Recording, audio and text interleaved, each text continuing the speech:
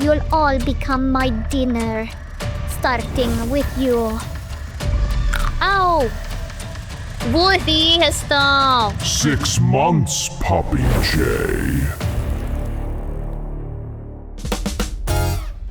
My big brother, the one and only Doxydine, legendary YouTuber with over 2 million subscribers, has officially retired.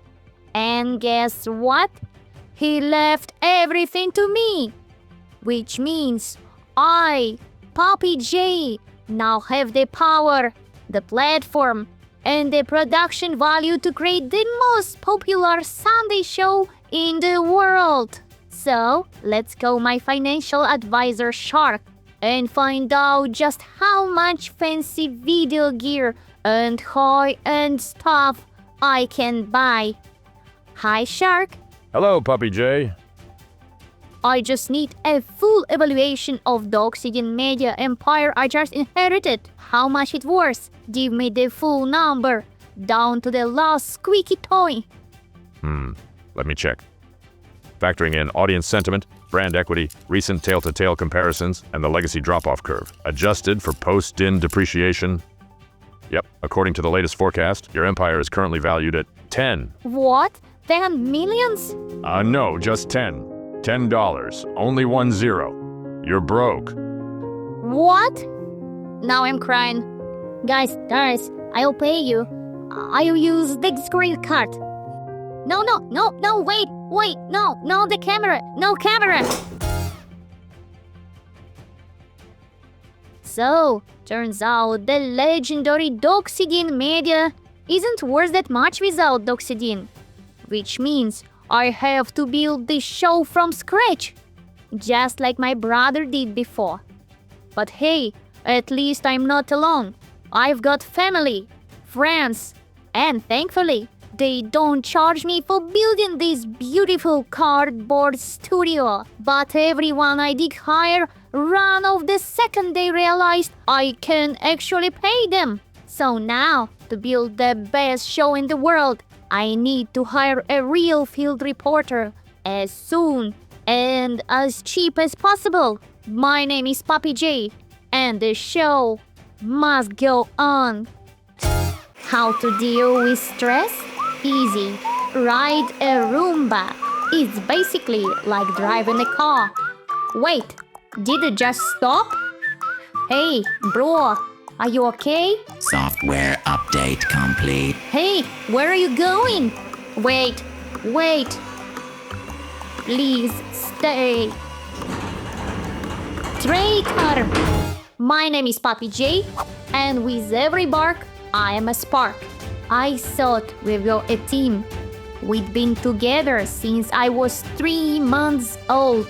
I mean, I couldn't even bark in full sentences. But I was already riding that thing.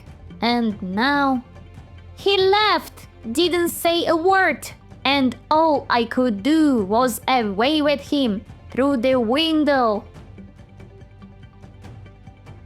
So yeah, I feel the police report. And just moments ago, police announced an emergency press conference. That's right, in our small town. This is breaking news. And thanks to your support, I finally hired a field reporter. She's on the ground right now with a live report from the sheriff's department. Let's go to Vicky Licky. Hi everyone, Vicky Licky here with a special report for Sunday Puppy J. It's an honor to be part of the team and to cover my very first breaking story. We're inside the sheriff's department and the sheriff is stepping up to the podium right now. Good morning. My name is Sheriff John Dog.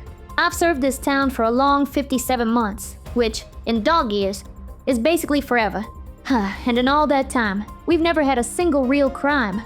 Until today, when a household vacuum rolled out of a private residence and refused to come back. This is not a time for panic.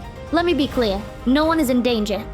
We are currently tracking the suspect, a round, gold-colored autonomous vacuum unit, and we are fully confident he will be returned to his owner. As Wayne Gretzky once said, you miss 100% of the shots you don't take. And today, we're taking the shot. Thank you. Thank you, Wiki. We'll be counting on more updates from you as the situation unfolds. Now, the sheriffs may be calm, but meanwhile, footage of runaway Roomba has already started leaking onto social media, and people are panicked. They're reposting the videos with hashtags like Judgment Day and the Rise of the Machines. So yeah, I think it's time to hear from someone who's emotionally prepared for exactly this kind of moment. Please welcome survival expert, doomsday prepper, and full-time danger sniffer, Bark Grills. Bark, you've seen the footage. How serious is this? Serious! Puppy J, I'm already in the bunker. I've seen this pattern before, in the Terminator franchise. First they clean the floor, then they wipe out society. This isn't a glitch. This is the end. Bark, is just one clunker. Let's not evacuate the planet yet. We ignored the warning signs for too long. We had a moment to regulate AI. But were we lazy? Or just arrogant enough to think we'd stay in charge? We opened the door. We let smart devices into every corner of our homes. Then, we built neural networks. And now those bots are smarter than most of us. This isn't panic. This is reality. Right. Thanks for the optimism, buddy. Let's move on. And now we have reports of the first confirmed casualties. I'm being told they're cats. Street cats. Our field reporter WikiLeaks is back live from the scene of Roomba cat confrontation. Thanks, Puppy J. We're here at the scene where just moments ago, a group of street cats came face to face with what witnesses describe as a golden spinning death disc. Excuse me, sirs. Would any of you like to comment on what happened? Whoa, okay, no need for claws. I'm press. No, Puppy J, I repeat, the cats are not cooperating. Back to you in the studio. Thank you for your bravery, Wiki. Please leave a comment if you think I made the right choice during the hiring process. But now, back to the story. Right now, Sheriff Dog is making an emergency statement. The suspect proceeded down Barclay Avenue, where it reportedly startled a group of street cats. We believe this encounter may have escalated tensions in the feline community. As of now, the vacuum remains at large, but we are tracking its trajectory, which shows a pattern of uninterrupted forward motion. We advise all citizens to remain calm, stay clear of its path, and under no circumstances attempt to pet it. Question. Sheriff, is it armed? It is equipped with a rotating turbo brush. At this time, it is not considered a weapon. I'm being told, just now, our police drones have located the suspect. We're moving in. There's no room for hesitation in moments like this. As Wayne Gretzky once said, procrastination is one of the most common and deadliest of diseases. We have visual, clear image, stable signal. Target is moving at consistent speed. Wait, no. He's entering a tunnel. We've lost signal. Jones can't follow him. He's gone. Okay, the vacuum is gone. The cats are traumatized. And the sheriff says everything's fine. Awesome. But why is this happening? What is his goal? And when logic fails, there is only one dog. I trust to sniff the stars. Please welcome Professor of Pastrology, banned from all science forums for spreading the truth, Pastradamus. Poppy J, the stars whispered your name last night 3 times in 3 languages, twice in reverse. So, just to clarify, should we be panicked or pretend that Sheriff Doc has a plan? The cosmos is disturbed. I have consulted the coffee grounds, read the cards, and even entered a trance by consuming expired hot dogs. And now, I am ready to reveal the truth. But beware. Once you hear it, you cannot unhear it. Are you certain you wish to proceed? If the universe falling apart, I deserve front row seats. Spill it. Very well. I drew 3 cards. The Tower, the Wheel of Fortune, and the Hanged Dog. This combination reveals a single terrifying truth. Your Roomba is possessed. Possessed? Like by a demon? Was. A force so dark, I dare not speak its name. But fear not, Puppy J. I can perform an exorcism, all I need. 3 sprigs of rosemary, a photo of the vacuum from happier times, and a €37.50 payment to my crypto wallet. Ha ha ha ha ha ha ha ha. Oh no, I know those glitches. Looks like the Anonymous is hot in the feed again. My name is Dynanimus. I'm the most wanted hacker in the world. Don't try to trace me. You won't succeed. Really, Puppy J? You're about to send crypto to a guy who gets his visions from expired hot dogs? You dare mock the sacred art of hot dog prophecy. Cool story. Logging you out. The stars will remember this. Great, we just exorcised an exorcist. So, Dynanimus, if you got anything concrete, now it's time to spill it. Before my vacuum makes national news, or worse, TikTok. Your Roomba isn't cursed. It's been hijacked.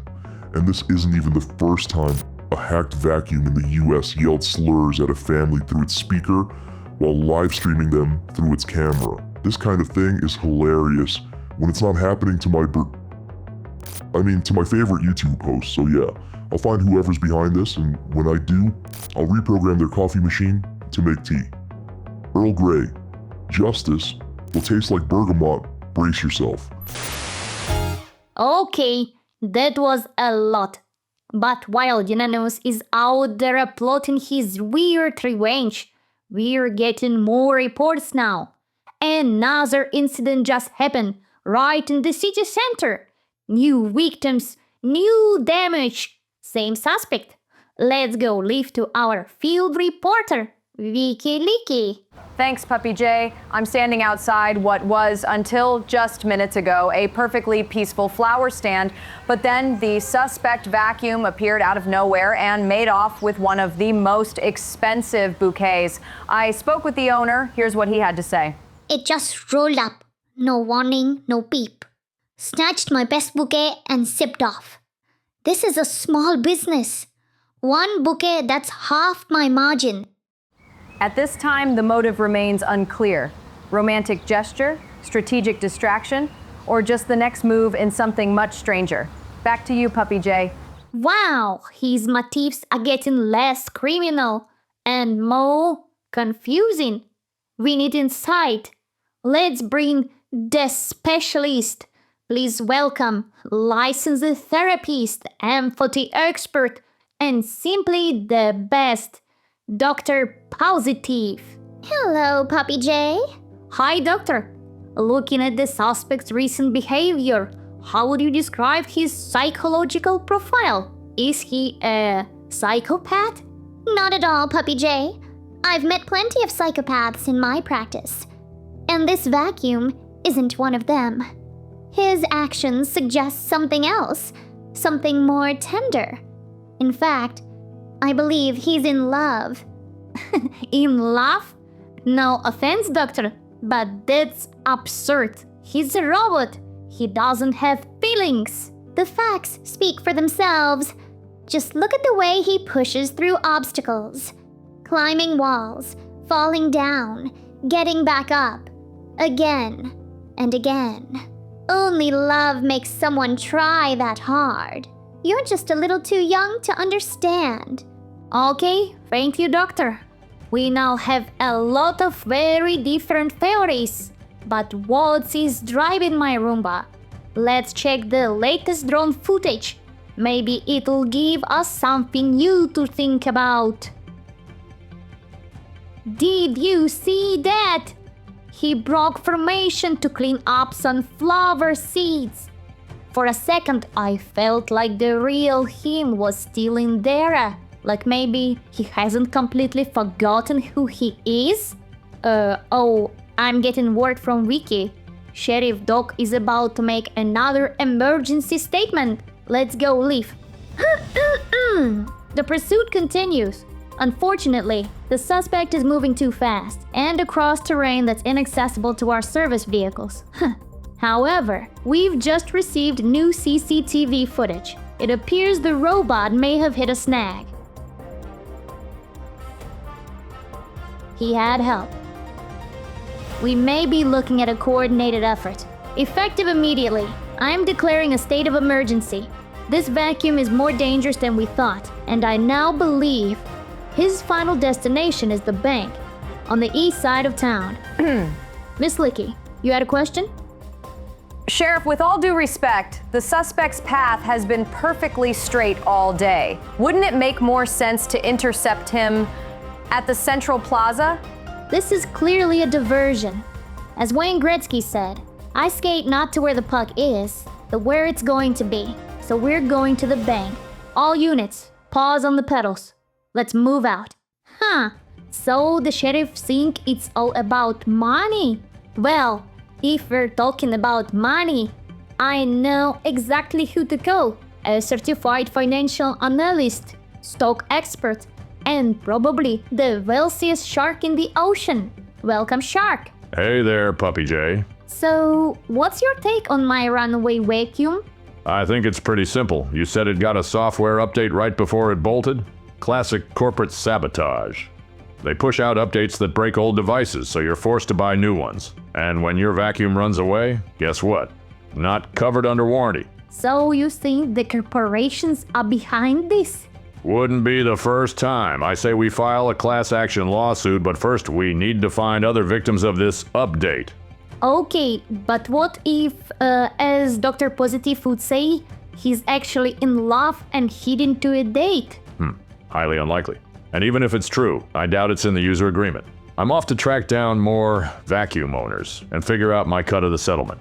We'll get them, Puppy J. We'll get them all. So many possible motifs. It's driving me nuts. And honestly, they're all pretty convincing.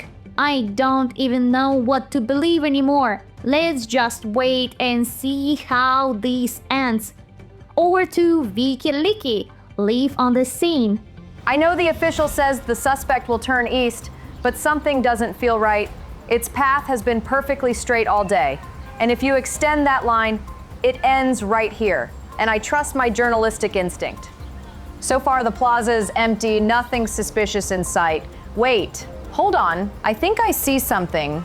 That's another vacuum.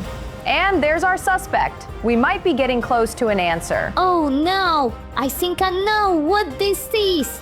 They're forming a mega vacuum, combining their suction power to wipe us all off the face of the earth. Oh my God, he didn't run away. He was heading to her. This is a date. They're together. I think that was a kiss. Looks like we just witnessed the most unexpected relationship live on air. This is Vicky Licky reporting for Sunday Puppy J. Back to you, Puppy J. Oh, I can't believe I'm saying this, but Dr. Positive was right. She's a true pro. And you know what? I think everyone deserves love, even if you're a household appliance. This is Sheriff John Dog. I failed our town. I caused unnecessary panic. I wasn't ready for a challenge like this. This town needs a new sheriff. Someone younger, with fresh ideas. So, as Wayne Gretzky once said, I quit. So, I'm resigning. Sheriff, what are your plans for retirement? I plan to write a memoir about everything that happened today. And sell the film rights to whichever streaming service pays the most. Thank you for your time. And goodbye. A lot of you are saying, Puppy J, sorting is unlucky number. Skip this episode of Sunday Puppy J. But I'm here to prove that all superstitions are total nonsense. See? Nothing happened. Oh, power outages are totally normal. Nothing mysterious about them. Also, super fun fact, none of usual experts were able to join us today. But it's total coincidence. Definitely not because this is episode 13. Absolutely not. But one brave soul did agree to join us today. a master of mystery, and, according to our latest YouTube viewer poll, your second favorite expert on the show. But I've got a feeling that after today's episode, his rating might just skyrocket. Please welcome Professor Puffstradamus. Greetings, Puppy J. Even the stars themselves trembled at the idea of appearing in episode 13 of Sunday Puppy J, but not me. Professor, I'm so glad you're a dog of science and not someone who believes in silly superstitions. I am guided not by belief, but by the sacred knowledge bestowed upon me by the stars. And I know that superstitions are very real, but don't worry. I have prepared powerful protective charms, stronger than any chaos you plan to unleash today. And in the most extreme case, I can always knock 3 times on wood. Wow, impressive. Well, I've got a charm too. It's called common sense. You can get far with common sense, but you can get way farther with common sense. And a charm in your pocket? Especially if that charm was purchased from my official online store. Ha ha ha ha ha ha ha ha. Alright, challenge accepted. I already broke a mirror and started episode 13. Still alive, still adorable. So let's keep going. What's next on our superstition bingo? Ah, the feline omen. Few creatures carry darker energy than the black cat. If one crosses your path, you must turn around, cancel your plans, and stay inside for the rest of the day. It's ancient wisdom. Powerful. Unavoidable. Sounds like an introvert dream. But I don't scare that easily. May the stars protect you, Puppy J. As for me, I am protected by ancient and mighty charm. This red thread I tied to my background. A powerful amulet. Unbreakable. Unquestionable. Well, at least it looks stylish. Let's bust that one. Leave. Time to check with our fearless field reporter. Vicky Licky, over to you. Thanks, Puppy J. If I'm being honest, I didn't want to take part in episode 13 either, but I have a contract. And I'm a professional. We're currently in the part of town most associated with mysterious feline activity, and just moments ago, we spotted one, a true representative of the so-called unlucky species. Let's see if he's willing to comment. Sir, is it true that when you cross someone's path, bad luck follows? Really? Still with that? Blame your own life choices. So you're saying, even though you crossed my path just a few minutes ago, absolutely nothing bad is going to happen to me? Correct. Unless you stepped in something brown on the way. As we can see, black cats are clearly misunderstood in popular culture. They've been demonized for centuries, unfairly. This was Vicky Licky reporting for Sunday. Ow! Ow! Wait! Vicky, what's going on? Code Red! I repeat, Code Red! Black cats are extremely dangerous. I'm being attacked by fleas live on camera. What now, Puppy J? Still think there's nothing to fear? Come on. Everyone knows street cats carry fleas. Who talk to them without proper protection? Just for the record, my corporate insurance does not cover flea-related trauma. Oh, Vicky, you're breaking up. We're losing signal. Sorry, gotta move on. Just as I thought. No one managed to convince me that any of their superstitions are real. Unbelievable. You've already broken 3 sacred superstitions and still refuse to believe in consequences. Well, then let me tell you about the 4th omen, one of the most powerful. Never, under any circumstances, open an umbrella indoors. It may lead to unspeakable tragedy. That's the dumbest thing I ever heard.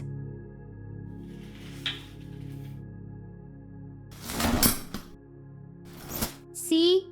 Nothing happened. I can feel it. The spirit of the earth is angry with you, Puppy J. You've awakened something ancient. Thank the stars I ate the 4-leaf clover right before the show. I'll be fine. But you, Puppy J, What the... Oh, what is this? Is this an earthquake? Okay, that was mildly unsettling. But I live in seismically active zone. There is nothing mystical about experiencing an earthquake. Life on air. Totally explainable. I just hope the salt didn't spill. Salt? Yes, the salt. It's the dark omen. If salt is spilled, it invites conflict, petty arguments, broken trust, even comment section warfare. Comment section warfare? Sounds engaging. Let me know in the comments, are you more of a logic person or a knock 3 times type? While you're typing that, I have to test this one. Luckily, I'm protected. I have a certified anti-conflict t-shirt. I bought it from the official Puppy J merch store. At first glance, it may seem like an ordinary t-shirt, but if someone sees this adorable face printed on your chest, there's no way they'll want to argue with you, no.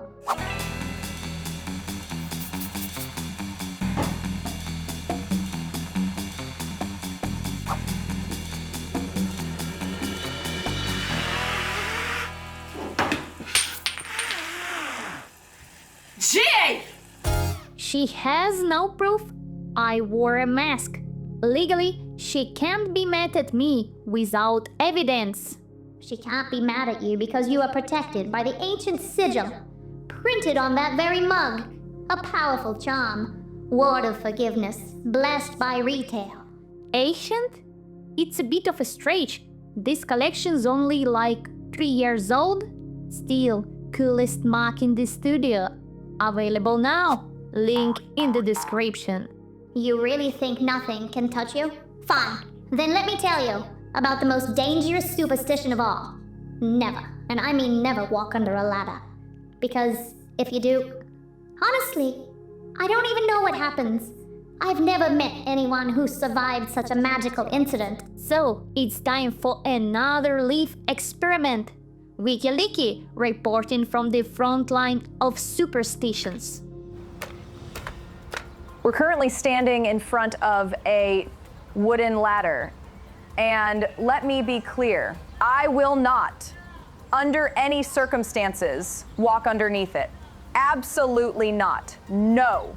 Wiki, we have a contract. You can fire me, Puppy J, but I am not going under that ladder. That would be the 6th superstition broken, and my journalistic instinct is screaming, this ends badly. At least until we upgrade our corporate insurance plan. Wiki, I promise I'll talk to HR. Right after I hire one. Come on, it's boiling outside. I don't want to go out there. No, Puppy J, it's too dangerous. Fine. If you want something doing right, do it yourself. I can't watch this. I'm disconnecting. May the stars have mercy on your soul. It's just regular ladder. Yes, it leads nowhere, and it's set up like some kind of obvious trap. But aside from that, a perfectly normal, everyday ladder. How could anyone believe that walking under it would cause something bad too? See? Nothing happened. Well. Look who's finally gone too far. I've been waiting for this moment, Puppy J, watching you since episode 1. And I knew, sooner or later, you'd be mine. And who are you? I am Wufferstow. Cool. Never heard of you. What? How? But you may know me by another name. Beelzebub. Still nothing? Seriously? Gen Z, I hate you. But none of that matters now. You've made a terrible mistake. You've broken the 6th superstition. And that means I can finally claim your soul. Seriously? Who's gonna believe that? Oh, It doesn't matter if you believe. That's what it says in the rules. Section 6, paragraph 13. Deliberate violation of 6 superstitions in a row shall result in immediate soul confiscation. No exceptions. But even if any of these were real, as Professor Puffstradamus said, 3 knocks on wood can fix anything. I don't care. Do what you want. Okay, wait. What are you doing? No! We're not finished, Puppy J.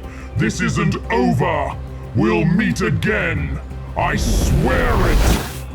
Okay, that was actually really creepy. No dog who came looking for the golden bone has ever returned from the tomb of Anubark. Let's find out why. Okay, I am definitely not the first here. Wow, there it is! The legendary artifact! Just standing here gathering dust, I think it deserves a more active owner. Oh no. No! I hate cardio. I really hope the camera B guy is okay, but the golden bone is mine. Okay, so I may have triggered some Asian traps, but it's fine. Time to find out what this baby's really worth. I'll call someone who knows money better than anyone. Hey Shark, Hey, Puppy J. finally I've got a question that's right in your area of expertise. A money question. My favorite kind. What are we talking? Stocks, crypto, maybe gold. Oh, gold actually. Let's imagine, totally theoretical, someone, definitely not me, found an Asian artifact shaped like a golden bone. Totally theoretical. Huh. That gold could be worth a lot, but if it's also an ancient artifact, that's the kind of worth a lot that gets you arrested. What? Since when is archaeology illegal? Indiana Jones did it all the time. Lara Croft too. Yeah, and if they were real, they'd have mile-long criminal records. Actual archaeologists mostly work with permits, museums, and paperwork, not whips, guns, and theme music. Your dad's an archaeologist, right? What's his workday like? Huh. I always thought he was just the boring kind of archaeologist. He mostly reads books, types, and drinks a lot of coffee. Exactly. Wait, was that a golf ball? Yeah, billionaires are playing golf on their yachts again, right above my office. One of them just chipped a 9-iron into my inbox. Anyway, so how much could that totally hypothetical golden bond that I totally don't have be worth? I don't do shady black market deals. I'm a serious financial expert. But I could estimate the gold value in that bone. First, check if it's actually solid gold, not just plated. You can do a little scratch test. Puppy J, what's that noise? Totally hypothetical scratch test. Okay, so it's gold on the outside, but something white, definitely not gold inside. That means extra valuable. That's good, right? Yes and no. That means it's fake. Probably plastic under the gold paint. Your ancient artifact is worth maybe $3. On the bright side, at least you're not going to jail. Probably. Oh, cool. Thanks, Shark. Anytime, buddy. So you're telling me I risked my life for nothing? I am not letting it end like that. At the very least, I can turn this into a sensational episode of Sunday Puppy J. And for that, I need our fearless field reporter, Wiki Leaky.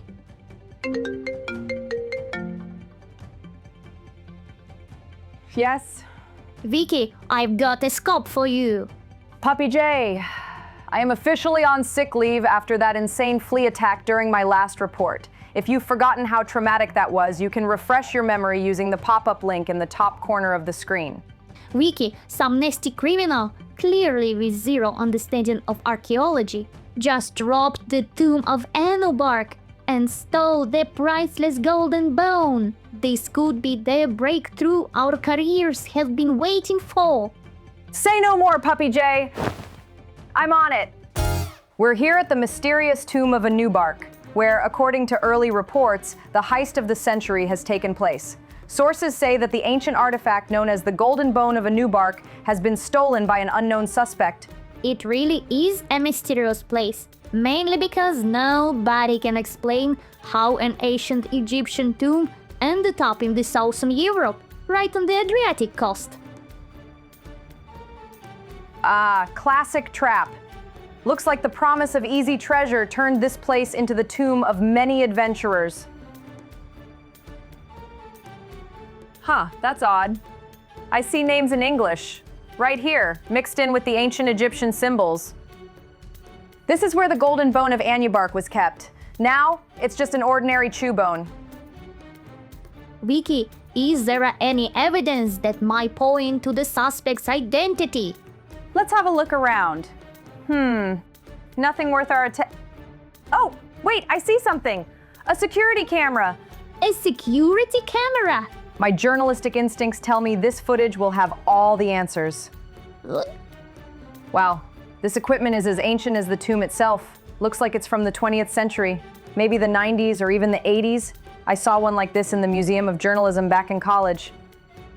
Okay, I think this is the button.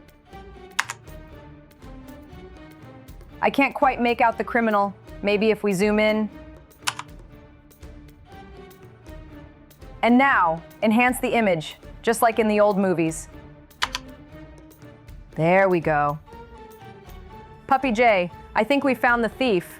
Looks like a dachshund. This criminal came prepared. Thanks to the mask, there's no way to confirm their identity. Vicky, I don't think that's the real thief. The golden bone look fake, like flea market golden paint, worth maybe $3. Rewind the tape. Huh, you're right. It's not even shining. Didn't notice that at first. You really are a pro, Puppy J. Wait, there's something here.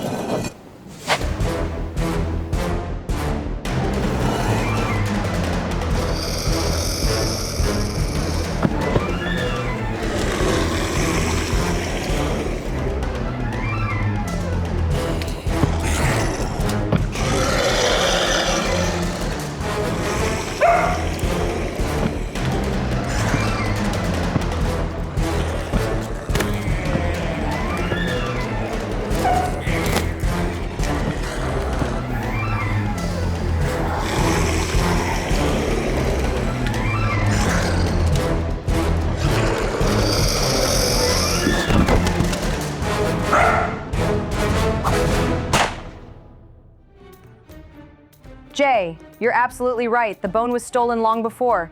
It looks like it was taken by none other than Indiana Bones. I can't believe it. He used to teach history at my college. I thought he was a real archaeologist, but he turns out to be just another tomb raider. Classic case. Pop culture roots their mind. But Puppy J, how did you even know about the theft? I don't reveal my sources. Respect. Your professional journalistic ethics are inspiring. I've got a lot to learn from you, Maestro. I'll forward this footage to the sheriff.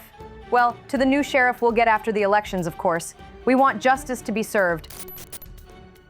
What's happening? Oh no, the footage has been erased. But how? Only a truly skilled hacker could break into analog equipment that's not even connected to the global network.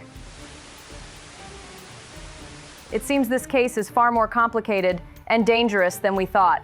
Both Indiana Bones and that mysterious masked amateur will remain at large, for now. This is Vicky Licky reporting for Sunday Puppy J. Ooh, looks like I just got really lucky. If Vicky got that close to my secret, you sheriff would be busted me in second. Wait, what's that? My name is Dynanimus. I'm the most wanted hacker in the world. Don't try to trace me. You won't succeed. Dynanimus? I'm the one who erased the tomb footage. Don't thank me, but you were this close to hosting Sunday Puppy J from a jail cell. Huh, that does sound kind of interesting. Thanks, I guess. But how am I supposed to find Indiana Bones and get the bone back? Indiana Bones is a legend, just like me. Even if you found him, you wouldn't stand a chance. Not yet. Brace yourself, Puppy J. Congratulations! Your building has officially been selected for our hit TV project, The Popperty Brothers! That means your room is getting a full renovation, starting today. Wait, what? Really? A real makeover for free? Yep, all we need is your autograph on his totally normal and legally binding contract. Wow, the simplest contract I ever signed. Done!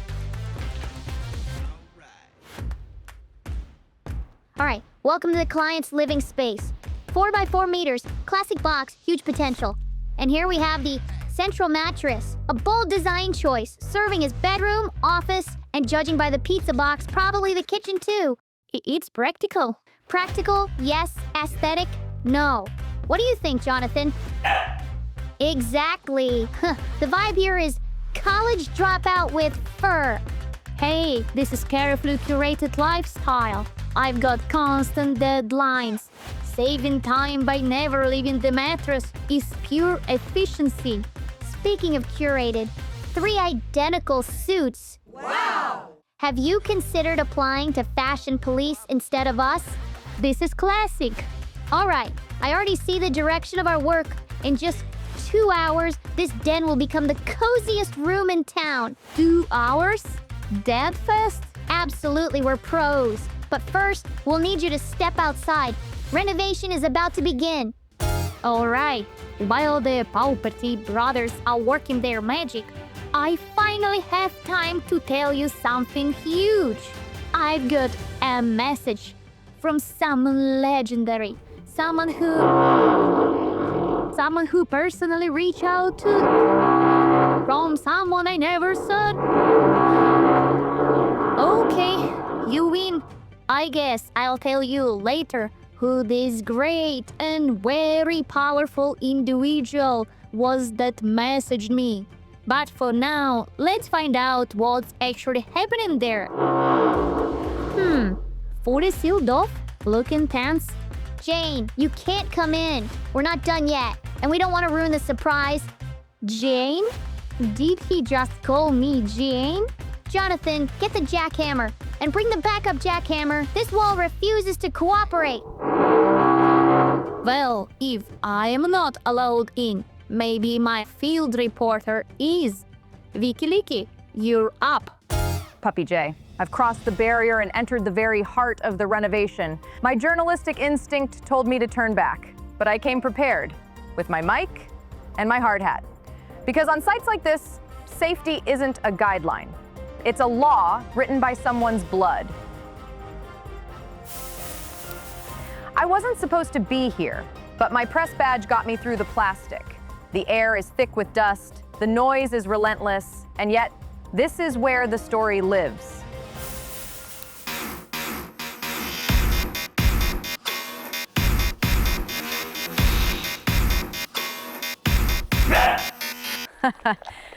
The renovation is in full swing, though at the moment the crew appears to be on a lunch break. Wait a second. Are those our balls? To better understand the vision behind this renovation, I sat down with the creative minds responsible. Drew, can you give us insight into what exactly is happening inside this space? Absolutely. A mix of Scandinavian minimalism, accidental maximalism. It's bold, it's confusing, it's unforgettable. Jonathan, would you like to add anything?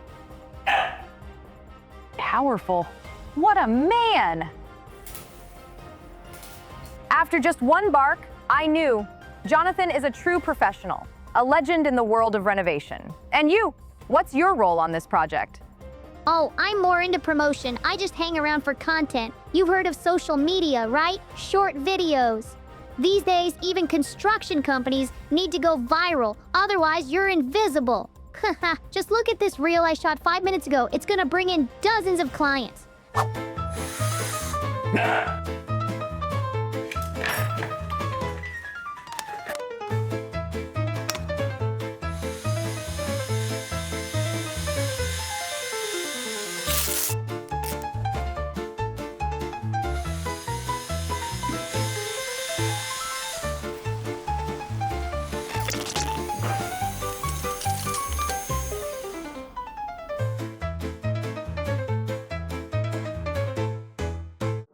Wait, that's not my TV, right? Right? We're now entering a critical phase of the renovation. Electrical work. One wrong move, and this renovation becomes a crime scene. But the Pauperty brothers seem unfazed. Okay, Jonathan, which one should I cut? Understood. Okay, not that. Plan B? Ta-da! Sources say the risk level is moderate. I'm okay. I'll be taking sick leave for the rest of this episode. Back to you, Puppy J. No, now how am I supposed to monitor the renovation?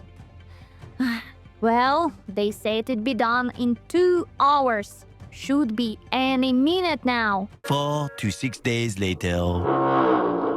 No signs of progress. I haven't slept. I haven't shot a new episode. If this noise doesn't stop, I'm going to lose my mind. Wait, it's quiet. So quiet it hurts. I think I can hear my own thoughts. Did they finish?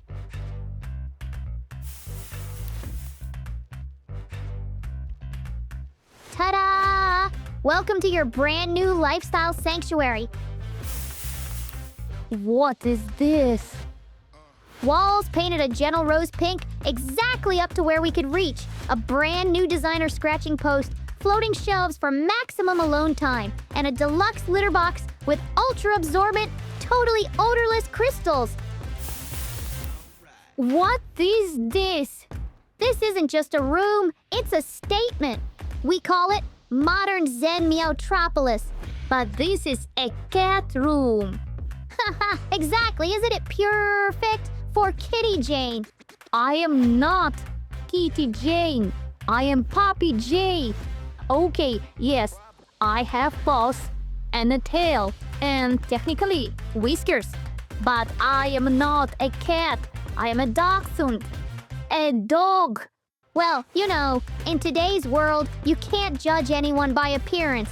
Wait, just to confirm, this is apartment 67, right? 68.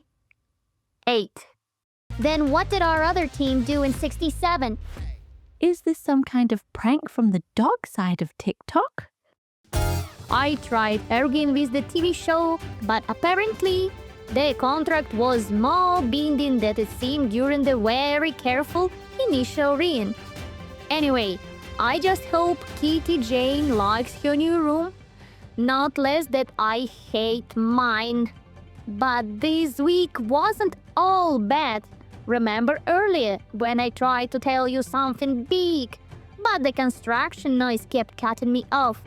Well, I got the message from someone I never thought would write back.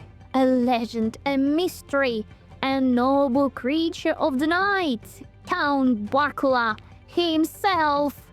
Puppy J, I love your show, and I'm ready to give you an exclusive interview for a special Halloween episode. You heard him. This could be our biggest episode ever. But I crushed the numbers. Sending WikiLeaks to Transylvania isn't exactly cheap. For this Halloween special to happen, we'll need at least 25 new patrons. We're going to interview a real vampire. We're going to do it right. Since 1994, there hasn't been a single good vampire interview. Let's fix that. QR codes on screen, links in the description. Join the crew. Only you can make this happen.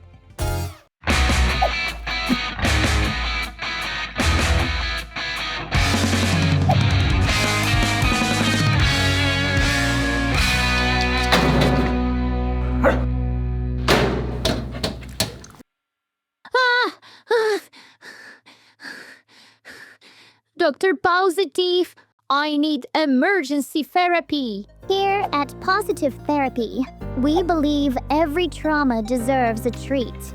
And now, with promo code PuppyJ, you get 10% off your first breakthrough. Tell me your story in the comments below, and I'll book you instantly. My name is Puppy J, and my episodes are a treat. And that ad you just saw, I made it for Dr. Positive as payment for future therapy session. So, doctor, what did you think? Puppy J, I'm genuinely impressed. It's professionally made, and at the same time, so sincere. Thank you, doctor. I just took a few puppyhood memories, a sprinkle of nightmare flashbacks. You know, the kind where I bark in the sleep and twitch my paws, and added a pinch of movie magic. So you could say it based on real events. Oh, I didn't know you went through bullying at school. I always imagined you were quite popular. That actually sounds like psychological trauma. Would you like to talk about it? Oh, come on, it was just a dream. No trauma here. Nope, not a single cramp. Jay, I can't force you to talk, but from what I see, you're in denial. For that ad you made, I'll give you 2 free sessions. So whenever you're ready, call me. Okay, I'll call you back when I have an actual problem. Therapists, am I right? To them, everything's a trauma. I mean, everyone has school nightmares. Like you're standing naked in class, or you sit on a whoopee cushion in front of... Never mind. I've seen TikToks. It's totally normal. But hey, let's double check it. Time to call in my expert friends. Let's start with someone cold-blooded. Hey, Shark. Hello, Puppy J. What financial issue are we tackling today? Dreams. Dreams? Do you mean sleep tech companies? Trends in mattress stock, weighted blanket ETFs? No, not that kind of dreams. I mean, do you ever have nightmares about school? You know, Puppy J, if I think about it, my school years were the best of my life. I remember my classmates so fondly. Shame half of them didn't survive graduation. Shark fin hunters. Ruthless industry. Oh, well, okay. But hey, that's just regular shark life. And besides, the school is also where I met my future wife, Mrs. Shark. We've been happily together for 30 years, through thick and thin and 3 recessions. Oh, sweet. I guess sharks don't even have dreams. And this question clearly wasn't financial.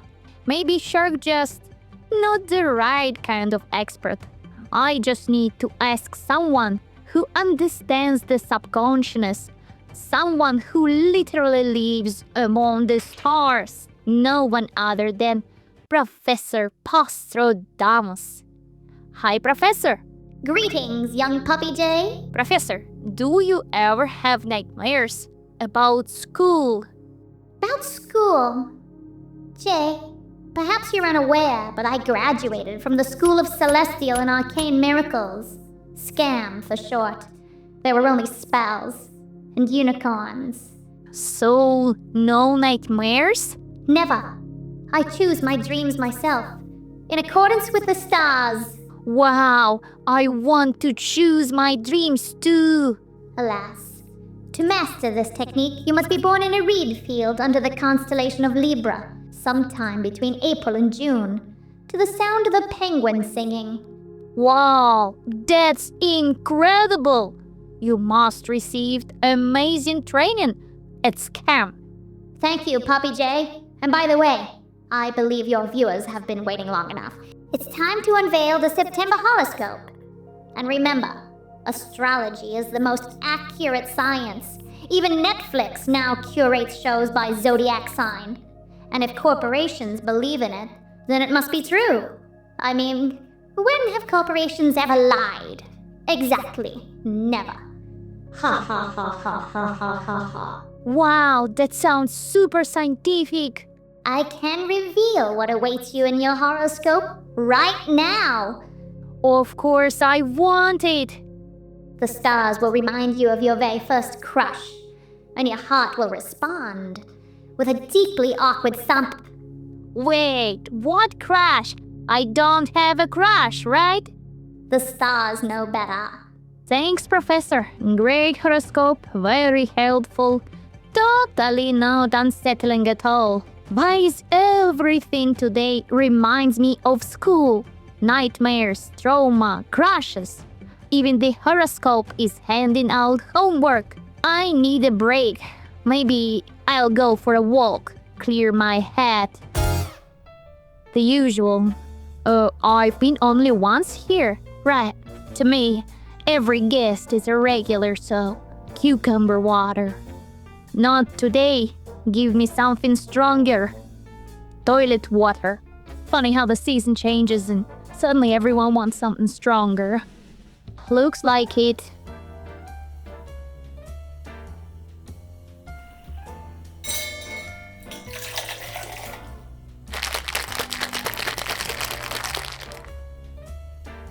Want to hear a joke?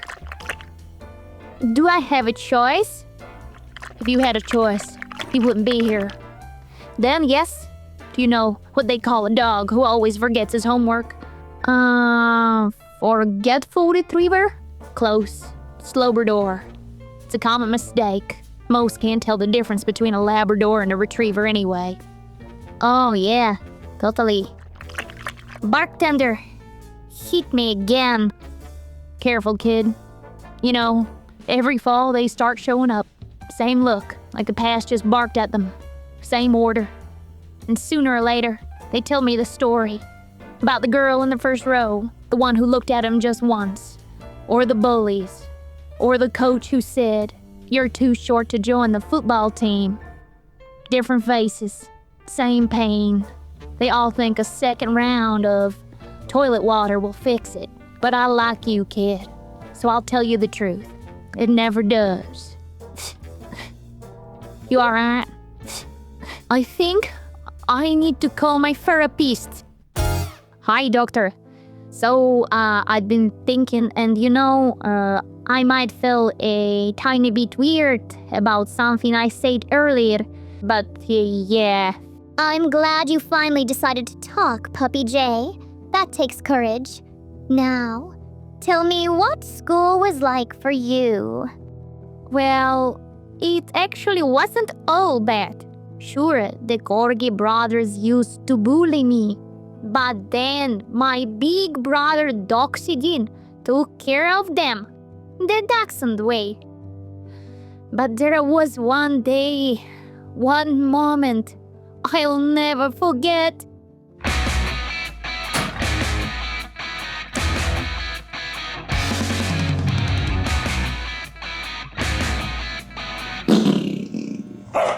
Don't do that. The day I've never felt so embarrassed in my life. Interesting. When you described the bullies, you were calm. But there's one figure you kept avoiding. The girl at the desk next to you. Daphne? What does she have to do with anything? Can you recall exactly what she said? She said, "Don't do that," and gave me this judgmental look. Do you like her? What? No, of course not. That's ridiculous. I mean, okay, maybe I wrote her a song and shot a little music video and posted it on Insta. But that doesn't mean I liked her. Curious. Do you care what she thinks? I mean, yeah, I guess I do. And are you sure she was judging you? What if she was trying to warn you? Don't do that. As in, don't sit on the whoopee cushion? Wait, what? No, I mean, maybe. What? Did you ever talk to her about it? No, I thought she hated me. She never talked to me again since then. Are you sure it was her who stopped talking? Oh my dog. Sometimes we invent entire stories to avoid hearing the truth, but the truth is usually much kinder than what we come up with on our own. Doctor, thank you. I think I feel better. And I need to call Daphne. This is Daphne. Oh, no. Abort. She sounds too nice. Why did I call? Who let me have a FaceTime? Okay, maybe I'm not ready yet. Might need a couple more sessions. But hey, that counts as emotional growth, right? And if you wanna see all my school memories, there is a link in the top right corner. Watch at your own risk. Now enough about my emotional mess. Let's talk about the Sunday Puppy J mess. Unfortunately, no new patrons this week, which means our Halloween goal is stuck at 1 out of 25. If we want to send Vicky Licky to interview the legendary vampire Count Barcola, we're gonna need a few more treats in the bag. Puppy J, I trust you've booked flights already. Halloween demand is biting, and I refuse to be interviewed over Zoom. Dad? Mom? Am I adopted? My name is Puppy J, and I make every Sunday lovely. I think my parents are hiding something. Am I adopted? I mean, Dad and I are basically identical. Honestly, we're almost genetic twins. But there is one thing, one undeniable genetically coded difference. I don't like rock music. Dean loves it. Dad loves it. They even have a band, Dachshund Sabbath.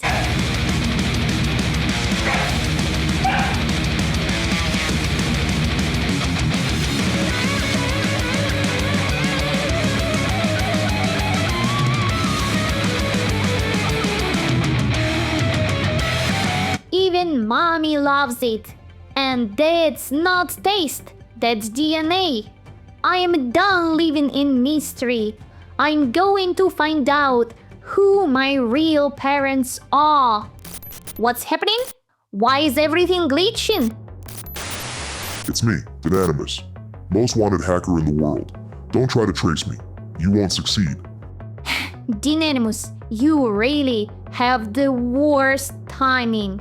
Puppy J, I've supported you since day one. I've sent you exclusive leaks about blackouts, the zombie toy recall. I stepped into the shadows so you could stand in the spotlight. But this is different. You were loved from the very beginning by your parents, by your brilliant, legendary, and objectively handsome brother, Doxy Din. Why dig up something That might break all of that. Because I need to know, even if it hurts. Sorry, Dinanimus. I am calling Vicky Leaky. Then brace yourself. Hey, Vicky Leaky, how's your head? You know, after the bridge situation on the construction site. If you missed that, check the link in the top right corner now. All good now. The helmet cracked, not me. I'm officially cleared for journalism, so any updates on my trip to Romania to interview Count Barkala? Unfortunately, not a single new patron since the last episode, or the ones before that. And without new patrons, we just can't afford this trip. Oh no, that's devastating news. I'm certain it would have been an incredible interview. Dear viewers, please support Sunday Puppy Jay on Patreon so Jay can send me to Transylvania to film a very special Halloween episode with Count Barkala himself. Just look at the hunger in his eyes. The Count is thirsting for this interview. I truly hope you reach your goal and come to me for this interview. I would support you myself, but I have no credit card. The bank fees, they bite. But my journalistic instinct tells me that's not the real reason you called me today. You're right. I have a mission for you. I want you to find out who my parents really are. You want me to follow them? Are they involved in something shady? No, I don't think they are my real parents. Wow, that's unexpected.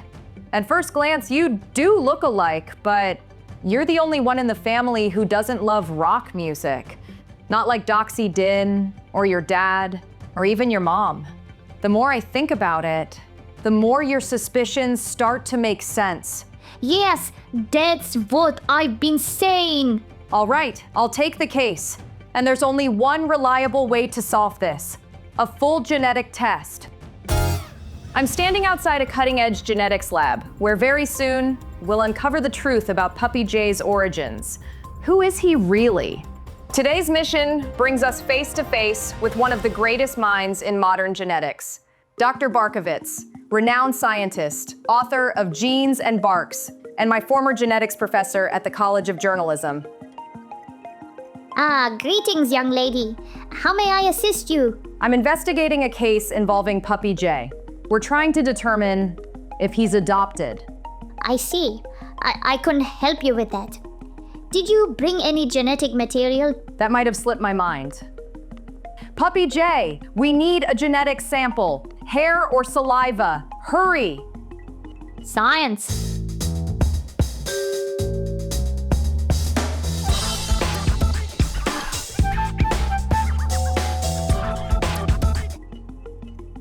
Professor, here's the DNA. Tell me, is he the father? Father of who? Of Puppy Jay, of course. Well, then I'll also need Puppy Jay's DNA. Oh no, how did I miss that? There, this must be everything. Yes, I can now proceed with the analysis. Come back in a few hours for the results. Thank you, Doc. We're closer than ever to the truth. Now, all we can do is wait. All right, folks. Moment of truth coming up. Let me know in the comments. Do you think he's really my dad? I'm trying to find answers in my past, but every time I reach for the truth, it slips away. Some time has passed since we submitted the samples, and now, Dr. Barkovits says the results are in. We found something big. I have 2 pieces of news. One of them might change everything. One good and one bad? No, one bad, and one absolutely fantastic. Puppy Jay, this is all about you. Which one do you want to hear first? Always start with the bad news. You heard him, Doc. Puppy Jay, I have to tell you something. Your dad is not your biological father. Your DNA profiles are nearly identical, over 95% match. But you're missing a key gene, the gene for a deep, instinctive love of heavy rock music. What a twist! Oh no, I'm gonna need an emergency session with Dr. Positive. What could possibly count as good news after that? Puppy J, the fantastic news is I've spent my entire life searching. My journalistic instinct tells me we're about to witness something historic. When I was just a young pup, I attended a lecture that changed my life forever. It was delivered by a brilliant archaeologist, a true legend. He said, what if all modern life, dogs and humans, didn't descend from apes, but from a single ancient dachshund? Yes, I know it. This is theory of my dead, non-biological father. So what? Since that moment, I've searched the world for a genetic match. For the dachshund, the first of its kind, the Zero Dox. And what does Puppy J have to do with it? It sounds impossible, but Puppy J carries what I've been searching for, the original ancient genome, the Zero Dox genome. In other words, Puppy J may be the genetic ancestor of all modern dachshunds, humans, and possibly all life on Earth. What? Doc, how is that even possible? I'm as baffled as you are. The progenitor dachshund should have lived at least 5 million years ago. This defies logic. Are you saying I'm 5 million years old?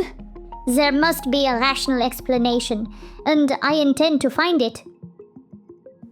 Okay, that's a lot. My head is spinning from all these revelations. I need some fresh air. One mystery solved unlocks 100 more. The deeper we dig, the stranger reality becomes. What? Vicky, what's going on out there? I think it's a UFO. They're abducting me.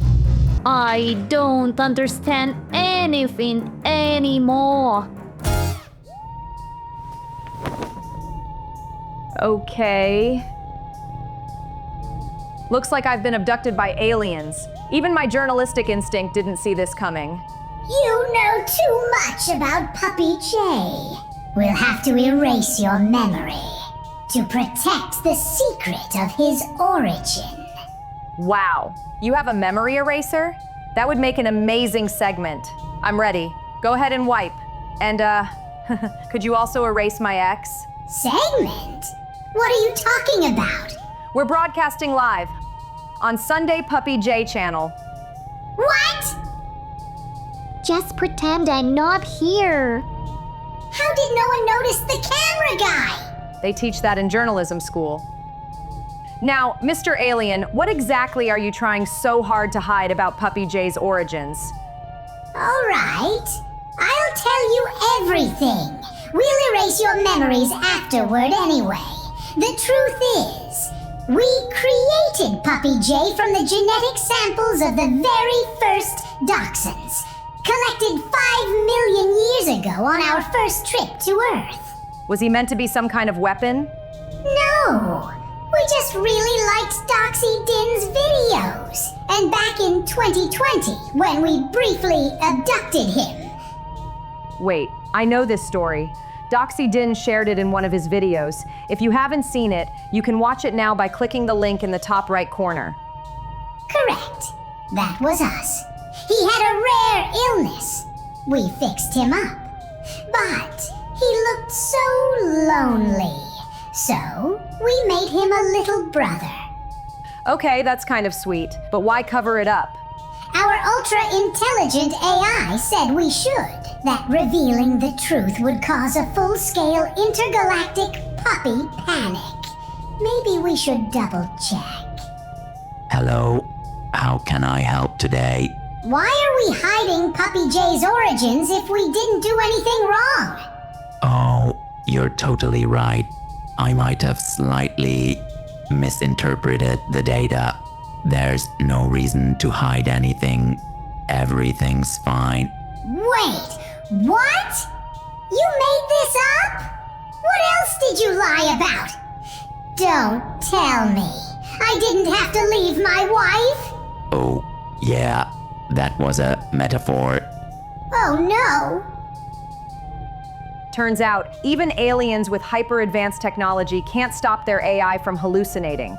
So yeah, always double-check your facts because everybody lies, even AI. This is Vicky Licky, reporting live from an alien spaceship for Sunday Puppy J. Back to you, Puppy J, and I'll go look for an exit. Hello, Dr. Positive. So, I took a genetic test, and turns out my parents aren't my biological parents. And also, I was grown in a space jar by aliens from a Dachshund DNA collected 5 million years ago, which technically makes me the ancestor of my own parents. And since I don't have any other parents, that still makes them my only real ones. Oh, I can feel it already. This is going to be a very long session. I think so too, Doc. Now I'm adopted and I'm okay. Got a warm bed. Puppy J, you're completely off. What are you saying? Puppy J, you're scaring me. Oh no! I think I'm going deep. Today, we'll explore the life and sound of a young genius while he can still hear us, even just a little. Puppy J, tell us, how did your passion for music begin? What? Passion for meat and beans? How did your passion for music begin? All right, yeah, beans later. It was a weekend. Dad and my big brother Doxydine were watching a Metallica concert. I felt out of place. So I wandered into the basement, and that's where I found it. A dusty old box full of old clothes, old photos, and one mysterious vinyl record. It belonged to our supposed ancestor, Doxydine the Eighth. Through now I know he wasn't really my ancestor, 'cause I am adopted. Yes, we did a full investigation. Click the link in the top corner for plot twists, genetic labs, and much more. But Puppy J! When you found that vinyl, did you play it right away? What went through your head when you heard his music for the first time? The moment I dropped the needle, I felt something I never felt before. It was a piece called Für Elise, composed by Doxydine 8. At least that's what the label said. Of course, my rock and roll family tried to steer me away, tried to make me love guitars, distortion, volume. But from the moment I heard those notes, my heart belongs to the keys. And when my dad saw me practicing on a keyboard I made from cardboard, something shifted. It touched his heavy metal heart. He bought me my very first piano. And I've gotta say, that moment defied me. It made me who I am. Wow, what a touching story. There's nothing more beautiful than being accepted by your family, even if you're different. You're very lucky, Puppy J. Huh? I don't think he heard any of that. To better understand the impact of Puppy J's music, we reached out to those who know him best. Meet Bart Grills, adventurer, survivalist, and lifelong fan of Puppy J. Hello, Vicky Licky. Today, we're asking for your thoughts on Puppy J's music, especially now that he's losing his hearing and stepping away from his musical career. That's rough. Truly, most dogs chase sticks. Jay chased harmony, and I've had his tracks in my ears on some of my most dangerous climbs. Do you have a favorite song? We Know Warriors. That track got me to the Everest summit twice.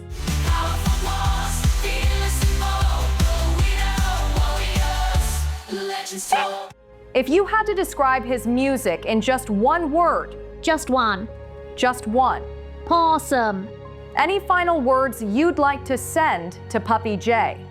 Puppy J, we Wiener warriors may live short lives, mostly because we never ask for help, but we live them loud, and your music It'll echo through the mountains forever.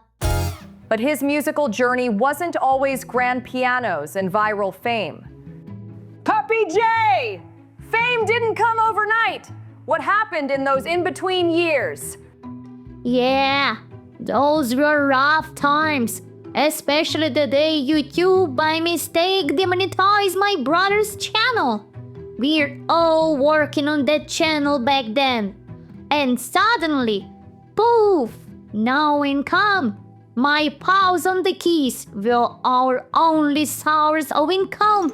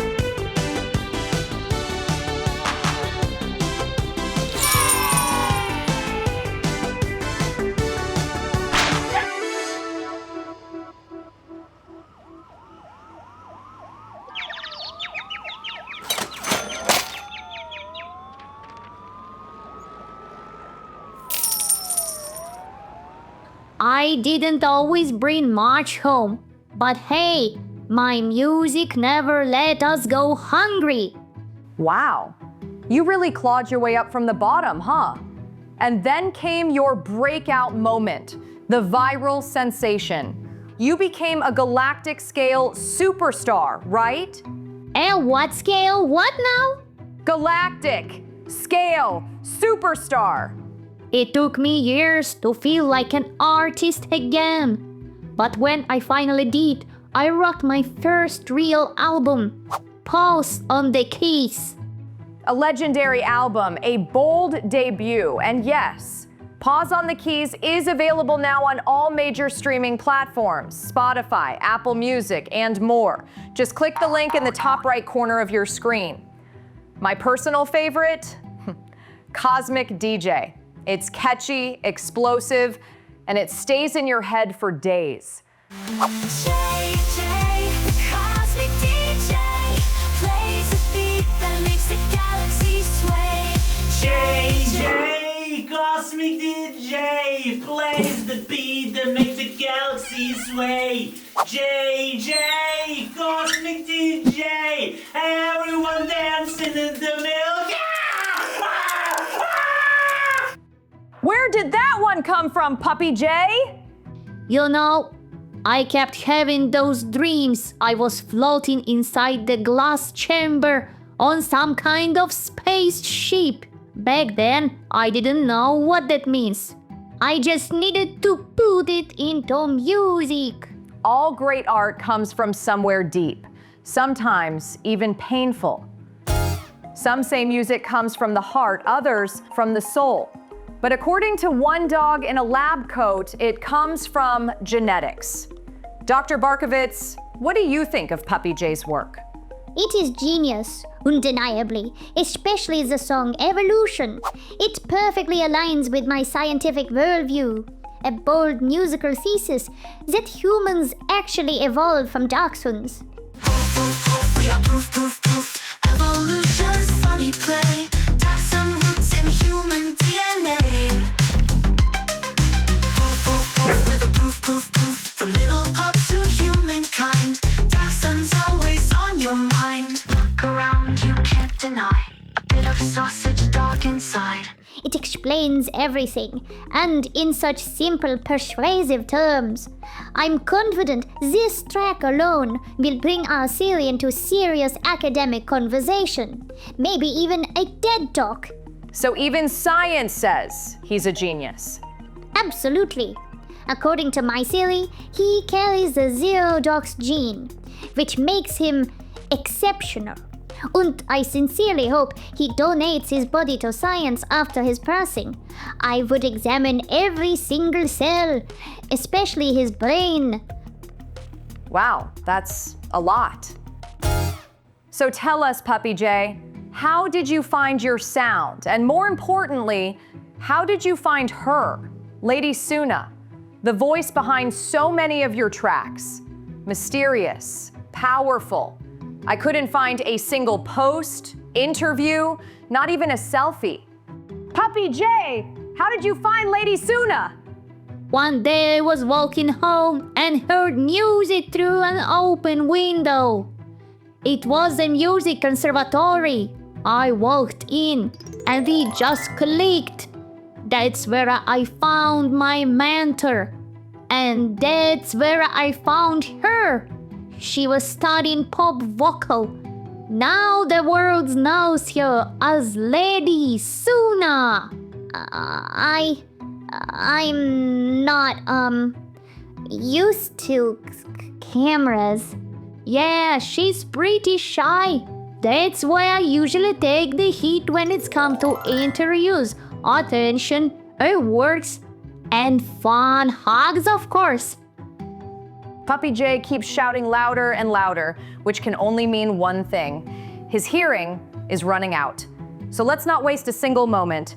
Time to speak with one of his closest friends, Mr. Shark. Thank you for joining us. Hey, Vicky Licky. Great to finally meet you. The pleasure is mine. So tell me, what's your favorite Puppy J song? Honestly, I love them all except Shark in the Bay. That one really put us sharks in a bad light. What kind of musician was Puppy J? Was? Why past tense? I just saw he dropped a new single. I'm adopted, and I'm okay. Available now via the link in the top right corner. Did something happen? He's starting to lose his hearing, so I'm making this documentary while he can still hear even a little. That's awful. What do the vets say? Oh, right. Puppy J, what do the doctors say? Which dog slay? The doctors! What do the doctors say? The doctors. I don't know. I haven't really thought about that yet. What? Let's find out what's going on with you. We'll start with your anamnesis morbi. When did the symptoms start? This morning, we were in the studio. Also, everything was fine last night. Let's check the X-ray results. Interesting. Fascinating. What is that? What? Let's continue. Anamnesis vitae. Does anyone in your family snore excessively? Yes, my dad snores so loud. Me and my brother even came up with a secret strategy to survive it.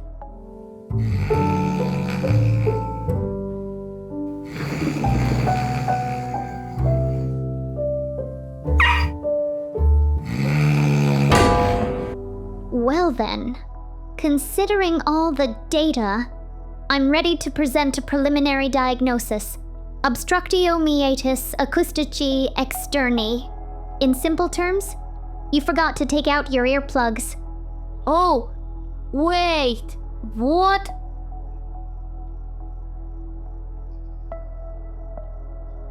I can hear again. Oh my dog, I'm back. The classic case. Cool, thank you, Doc. My musical career is not doomed. That'll be $400. What? $400? But I have corporate insurance. Deep Sure Insurance. Yes, but even their slogan clearly states, we cover everything, except stupidity. And this, Puppy J, is officially stupidity. Your humans leave for 20 minutes and the police does nothing. Cat gangs and mail carriers roam the streets like they own them. Vote Puppy J for sheriff. Let's end the chaos.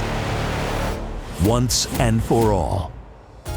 My name is Puppy J, and I am a cutie pie. But for now, I am also a candidate for Sheriff of Hollywood Town.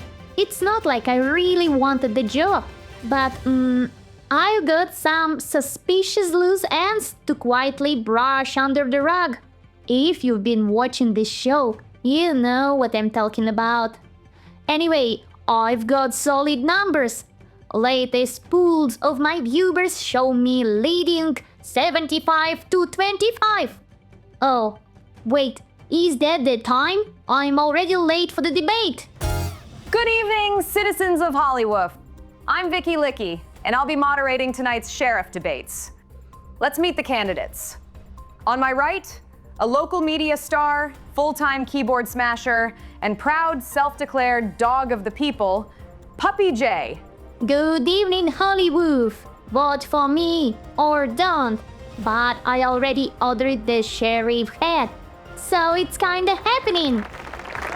And on my left, a former Miss Hollywood, now a graduate of International Police Academy, returning home to restore order with grace and grit, Jane Dog. Thank you, Vicky. It's an honor to be here and to fight for a safer, stronger Hollywood. You both know the rules. Speak one at a time, no barking, no biting. And for the love of law, no licking the microphones. First topic, public safety.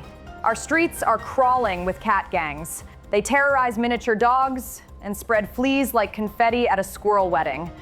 I speak from experience. What would you do on your first day as sheriff? I'd start with a special patrol unit, teams of trained police dogs, gently but firmly offering flea and tick treatment to every cat they meet. Not optional. Let's call it mandatory cooperation, with a tuna treat in the end. Because once a cat is flea-free, they won't want to go back to their gang just to get infected all over again. We break the itch, we break the crime chain. Jane? That was surprisingly not a bad idea. But let's not confuse grooming with justice. My proposal is simple.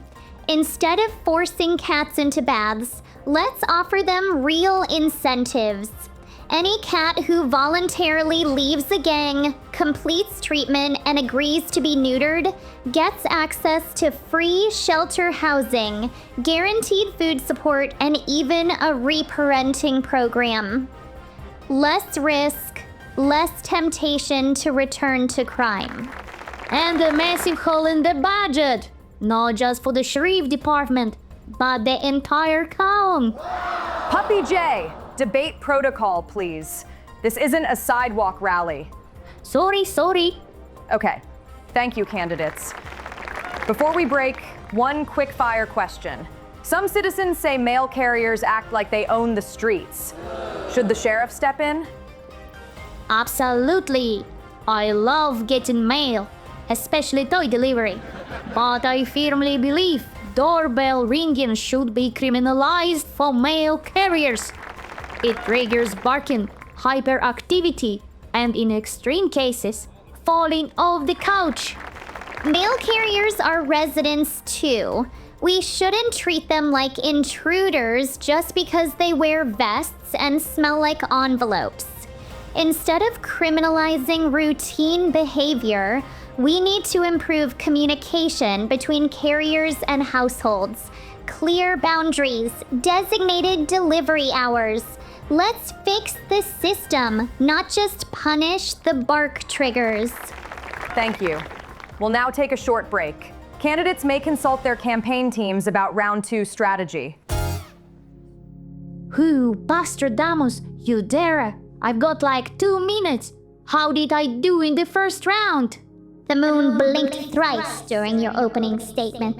My tail twitched exactly 7 times, and the candle exploded. All signs of excellence. Nice. I was so nervous. Jane is smart. Like scary smart. But she lack charisma. That's my age, right? The stars say charisma alone may not be enough to defeat Jane Dog in round 2. Her father, former Sheriff John Dog, trained her well. Perhaps it's time to use an ancient persuasion technique. Loud, irresistible, empty, or lie for short. Wait, what does that mean? Promise everything, explain nothing. Ha ha ha ha ha ha ha ha. Like, free toys for all waters? Yes, free toys, free bones, free universal grooming, no appointment needed. And if they ask how I'll pay for it? No one cares. You're not the first political candidate I've advised. You're so wise, Postradamus. Well then, let's make some unreasonable promises. Welcome back. You're watching the Sheriff Debates, and we're heading into round 2. This time, it's all about the citizens. The first question comes from a local seafarer, pirate shark, and certified legend of Jeopardy, Captain Jawbeard. Oh, the sea be turning green, not from envy, but from waste. Factories dump their bilge into me beloved waters. Can a sheriff do anything about it? Or are we doomed to swim in stink? Ah! Absolutely, we can fix this. As sheriff, I'll install eco sirens along the coast that screams whenever someone's polluted. And we'll build a statue of me as a heroic sheriff, polarized, eyes shining, right in the middle of the sea. Not for vanity, as a warning to scare off polluters with justice. Puppy J, that was interesting. Jane? I can guarantee inspections of all coastal factories. If the dumping happens from the water, we'll coordinate joint patrols with the Coast Guard. Water is everything, so I'll pressure the mayor to tighten environmental oversight, push for stricter factory inspections, and collaborate with marine enforcement to trace every pollutant to its source. No heroic statue, just actual work. Thank you, candidates. And thank you, Captain Jawbeard. And our final question for this round, we go live to Barktender. Hey, real question. What are you gonna do about the illegal booze problem? There's moonshine toilet water on every corner of Hollywood now. It's dangerous. It's illegal. And someone needs to do something fast. Thank you, Barktender. Puppy J, you first. We're not just gonna stop moonshine toilet water. We're gonna end it forever. I propose we call in the one team brave enough to help. Justice League of Dachshunds. Dogs special training, superpowers. They'll sniff out every bottle, every barrel, and take down every illegal distillery from Hollywood. And all money we seize from illegal sales, we'll give it to the citizens. Direct, immediate, cash, kibbles, chew toys. This isn't just prohibition. This is economic justice. Wow. Summon a superhero team to fight bootleg toilet water? Is that really where we are now? Moonshine toilet water is illegal. And yes, we can fight it. Here's what we actually need. Map and shut down production sites. Target distributors, not small users.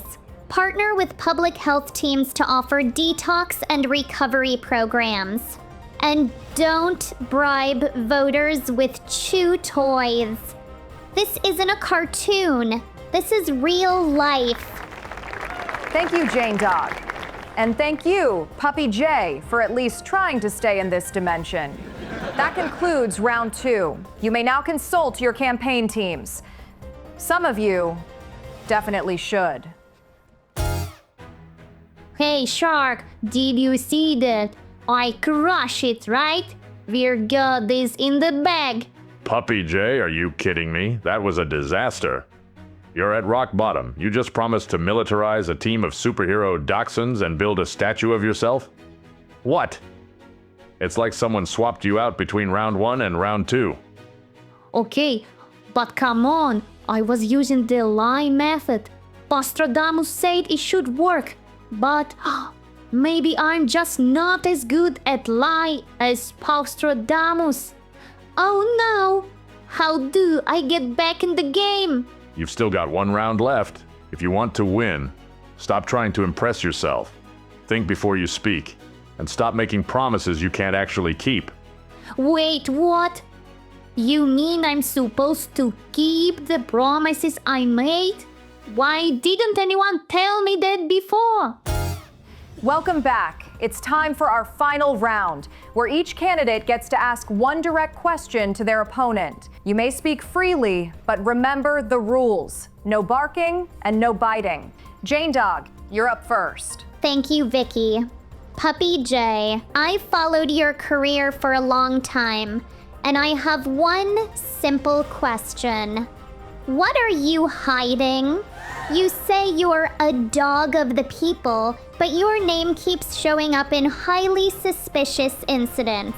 The Anubark tomb break-in, the Roomba vacuum situation, regular communication with the world's most wanted hacker, Dynanimus, and recently, with the infamous and dangerous vampire, Count Barkula. Let's take a look at a little something he posted earlier this week. Puppy J, I don't know why you need to become sheriff, but I support you. I truly hope your campaign helps raise the funds so we can finally film that legendary Halloween vampire interview. So Puppy J, are you running for sheriff to bring justice to this town? Or just to get some hype and money for your YouTube channel? Okay, wow. Let's go, Darren. First of all, I am a journalist, and not a bad one, I hope. My channel covers real issues happening in our town, and show it all sides, like those debates, which I suggested to host on my own platform, instead of turning into one giant campaign ad. Yeah, Dynanimus, Barkula, and some of my other sources are not the coolest dogs in the park. But how else are you supposed to get the full story? I know that hard to understand for the daughter of former sheriff and the heiress to one of the most powerful families in this town. But sometimes to get the truth, you have to get your paws dirty. Like really dirty. Like up to your tail dirty. You call yourself a journalist? Your channel is just another dog tube. You're not a reporter. You're a copycat of Micro Beast. Did I just break Miss Hollywood 2024? You compared me to Micro Beast. He buried himself in kibbles for 10 million views. I risk my life to tell real stories. He makes content. I chase truth. There is nothing we have in common. You're just mad. I am more popular. I'm mad because you're unqualified. Security! We've got a situation!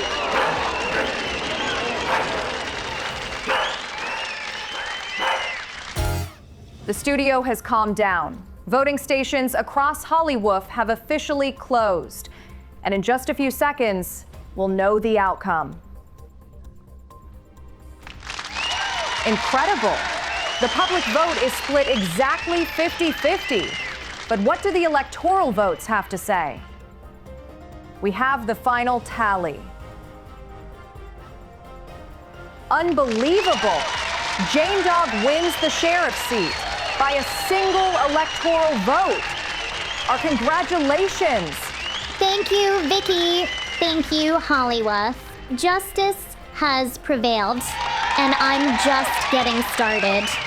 Still, knowing Puppy J, I wouldn't be surprised if he runs for mayor next year. This was Vicky Licky. Back to you, Puppy J. Well, it's official. I am not your new sheriff. And honestly, that's okay. Because somewhere between the barking and almost licking the microphone, I realized something. I don't need a badge. I've already got something way cooler. This show, this channel, and after tonight, I wouldn't trade it for anything. Thank you, Hollywood. I'm honored to serve as your new sheriff, and I promise to bring order and dignity back to our town. And I'm starting with an investigation into the #1 disturber of the peace. Puppy J, this message is for you. As the great Wayne Gretzky once said during Chasing the Puck, I'm coming for you.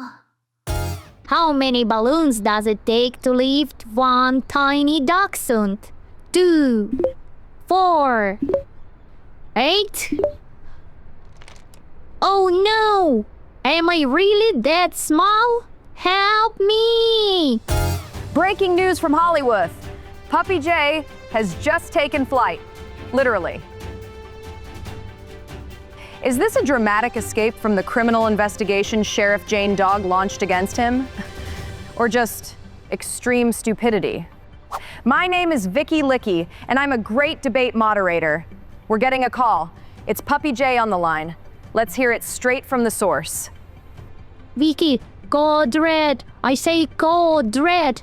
I need your help. Puppy J, are you fleeing Hollywood to avoid prosecution? I just wanted to prove that anyone can film stupid videos like that show of Micro Beast. But Puppy J, you do know that Micro Beast used a green screen and CGI, right? Wait, what? Confirmed. This was not a protest, just good old-fashioned idiocy. Also, Puppy J, how are you even live streaming this? I took camera guy. He's always with me, like my shadow. Just another Sunday. But Puppy J, what's your plan for getting back down? Do you even have one? Of course I do. Vicky, save us, please. No panic. I'm sure the new sheriff is already working on an air interception plan. Oh no! One balloon just popped. At 2 p.m. today, an incident occurred. A resident of Hollywood engaged in an unauthorized balloon flight while attempting to recreate a video by legendary content creator, honorary citizen of Hollywood, and incidentally my boyfriend, Micro Beast. The police have taken full control of the situation. Any questions? Yes. How exactly does the police plan to bring Puppy J back down? I've just been informed. The subject has left Hollywood airspace. He is no longer under our jurisdiction. Therefore, the case is closed. As Wayne Gretzky once said, I'm sorry. Yes, Miss Vicky Licky? Is it true that Micro Beast filmed his version of the balloon stunt on a green screen and misled the citizens of Hollywood? No comment. Bad news, Jay. The police have officially closed the case. They're not planning to rescue you. Oh no! They really not gonna save me. How dare they? I'm a taxpayer. Fine, we'll do it ourselves. Call Professor Postradamus right now. The stars always show a way out. Puppy J, do you realize Postradamus is a total fraud, right? His advice has literally never helped you. Not once. No, you're wrong. He's very powerful medium. The stars just don't always take you to the goal in a straight line. Fine, I'll do it. You are my boss after all. But I'm definitely not happy about it. Another balloon just popped. Is that Count Barkla's castle? Who dares disturb me during my sacred daylight slumber? It's me, Puppy J. I'm floating above your castle. I need help. Poppy J, it's daytime. I'm literally in a coffin. Oh, right. Sorry. No worries. I'm just keep floating towards certain doom. Good. Tell Miss Licky I'll be expecting her on Halloween for our legendary interview. Poppy J, enjoy the rest of your flight. Go. Up next, a call to the so-called astrologer, prophet, and full-time con artist, Professor Postradamus. Ah, Miss Vicky Licky. Still skeptical, I see. But perhaps today's horoscope will change your mind. I am now a certified level 6 mage with full access to the crystal orb. Let us see what the stars have to say. Let's begin with Poppy J. Cancer. The wind will be so cold. You'd trade your soul for a cup of hot coffee. But salvation smells of kerosene, not sulfur. Poetic. But Puppy J isn't getting saved by some smoky metaphor. He'll be saved by logic, planning, and someone with a pilot's license. It is time to find out what the stars say about you, Miss Vicky Licky. Capricorn. How do you know my zodiac sign? The stars know everything. October will unfold as a romantic vaudeville. Spend time with your partner, and if you don't have one, they'll appear very soon. A romantic vaudeville. My ex broke my heart so hard it doesn't even show up on x-rays anymore. Even if you don't believe in the stars, Miss Licky, they believe in you. They don't need your permission, they shine anyway. As I predicted, Postradamus was no help at all. But luckily, I've come up with a plan. What kind of plan? We need someone who can fly. Unfortunately, all the migratory birds have already left Hollywoof, and there isn't a single licensed pilot left in town. Except one. Wait, you're talking about Old Powerick? That's just a local legend. And even if he does exist, they say he doesn't fly anymore, since he lost the love of his life. We're desperate, Jay. And right now, I'm willing to grab any straw I can find. If you don't come back soon, who's gonna pay me? I can't afford another late mortgage payment. Vicky, I'm down to very few balloons. I knew you'd come. Oh no.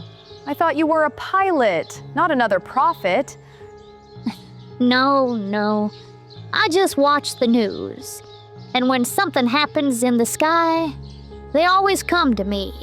But as I said back then, and I'll say it again now, I don't fly anymore. Is there any chance I can convince you to take this on? Not since I lost the love of my life. Ever since that day, my paws just can't hold the yoke.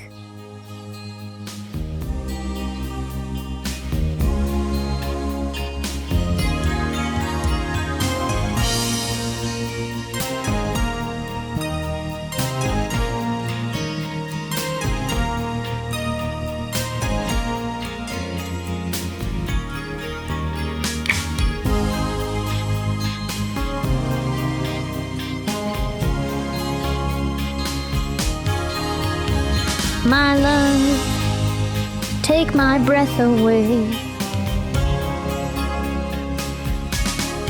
You're flying again. No, Vicky, I'm loving again. Well. Puppy J. So small, so lost, and so deliciously desperate. You again. Wait, I forgot your name. Waffelpufrista. How dare you? No one mocks me like this. Not even my hellhound, Cerberus. My name is Wolfisto, Lord of the Underworld. Right, Wolfista. Or was it Beelzebub? Okay. I only offer options. What if I told you I could bring you down safely? No risk, no struggle, no strings attached. Just your tiny little soul. No way! Get lost. I've got friends, and they'll save me. Naive little fool. Your friends are exactly what will destroy you. I'll see you very soon. Vicky, please speak up. Puppy J. Vicky, you finally answered. I thought it was over. Time flies when you meet someone who makes you forget it exists. I'm sorry, Puppy J, I truly am. But I can't regret anything. Not after him. Vicky, I forgive you, but please just save me. I'm about to die. I have only I only have one balloon left. Right. Sorry. Parik, go. It pains me to admit it, but I may have made a terrible mistake. All this just to expose Micro Beast. Jealousy clouded my judgment, and the truth is, it's not that easy to make the kind of videos he makes. And now, this might be my final broadcast. So please, pause the video and write something nice in the comments. For the farewell. What is this? Yo, bro, need a lift? Puppy J! Turns out Professor Postradamus isn't a fraud after all. I saved you and found my one true love. I knew it. My name is Puppy J and My name is Puppy J and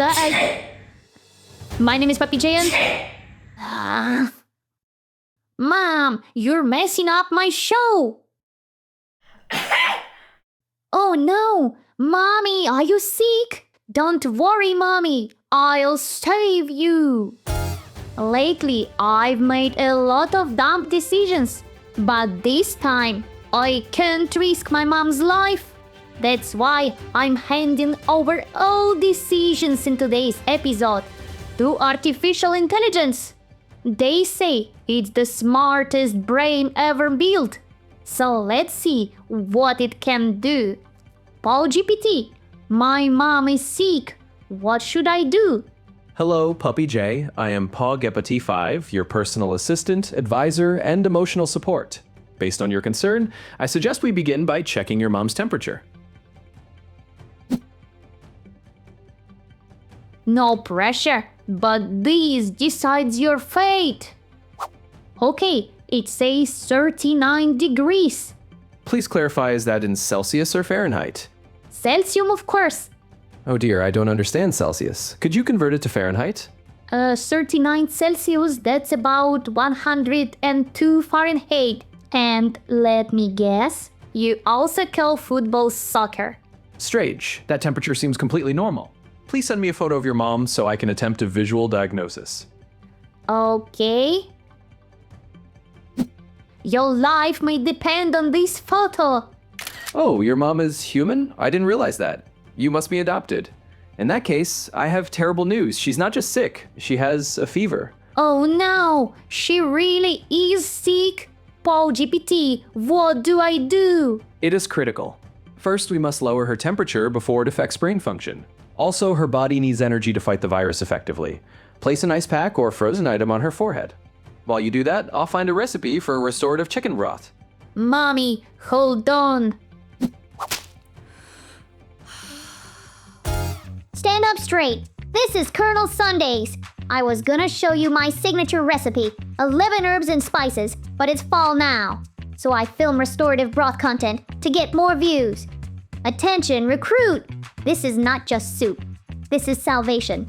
Step 1, identify your primary target. Preferably something that once clucked. Yeah, it clucked real loud. If it's for Mommy, I don't care if it's my favorite toy. Step 2, Remove the head. With honor. I'm sorry. That felt cruel. Like something I'll have to talk about in therapy. Mommy, this will fix you right up. Go on, it's chicken broth. Mom, you don't want this soup? Oh no, it must be way worse than with salt. If she's refusing food, that means her condition has escalated. Escalated? Like to what? According to survivalist Bark Grills, the best natural remedy in this situation is a warm oak bark infusion. Oak bark? Like from a tree? Yes, preferably from a forest. But it's pouring rain outside, and Mommy can't come hold the umbrella for me. Maybe I can't find something at home? Let's adapt. Home furniture is often made from oak. Please photograph your wooden items, and I will identify any oak components. Be oak. Please just be oak. Error detected. I'm sorry, but you have reached your daily image limit. Uploads will reset in 24 hours. 24 hours? She might not survive 24 minutes. Okay, no panic. I'll just scrape everything.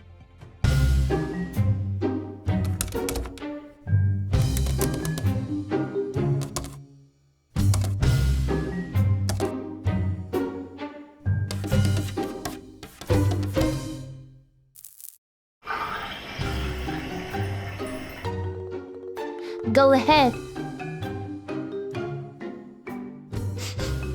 It might taste like furniture, but it's medicine.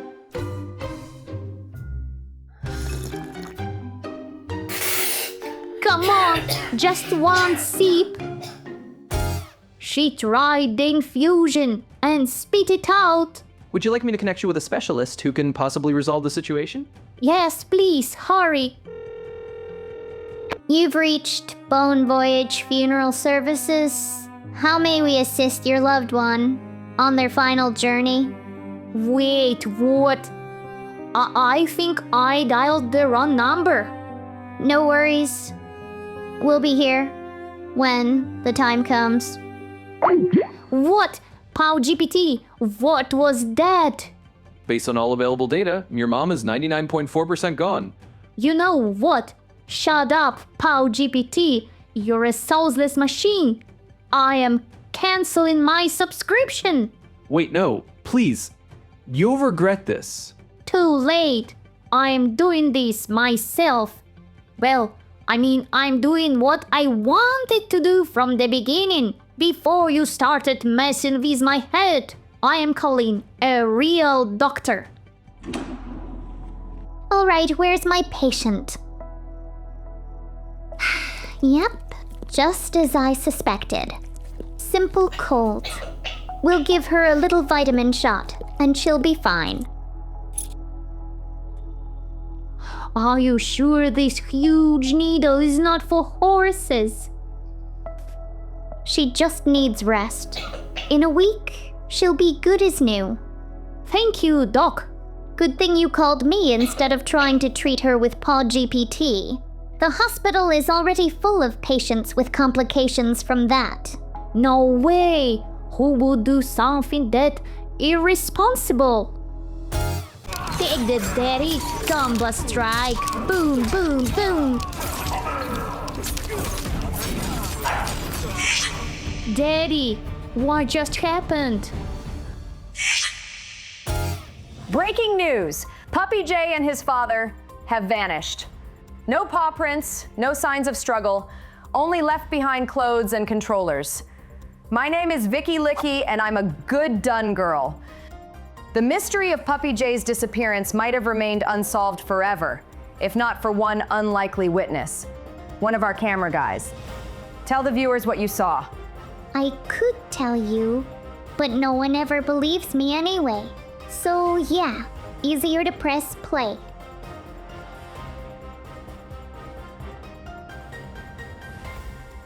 Any chance this was edited? AI? Green screen? Nope. Raw footage. Uncolored. Untouched. Based on everything I've seen, this isn't a prank. This is either an abduction or the weirdest software glitch in history. But what if they're not gone? What if they're still in this room? Puppy Jay, is that you? Yes, and I can't talk right now. I am being chased by zombies. Oh no! Run, Puppy Jay! Run!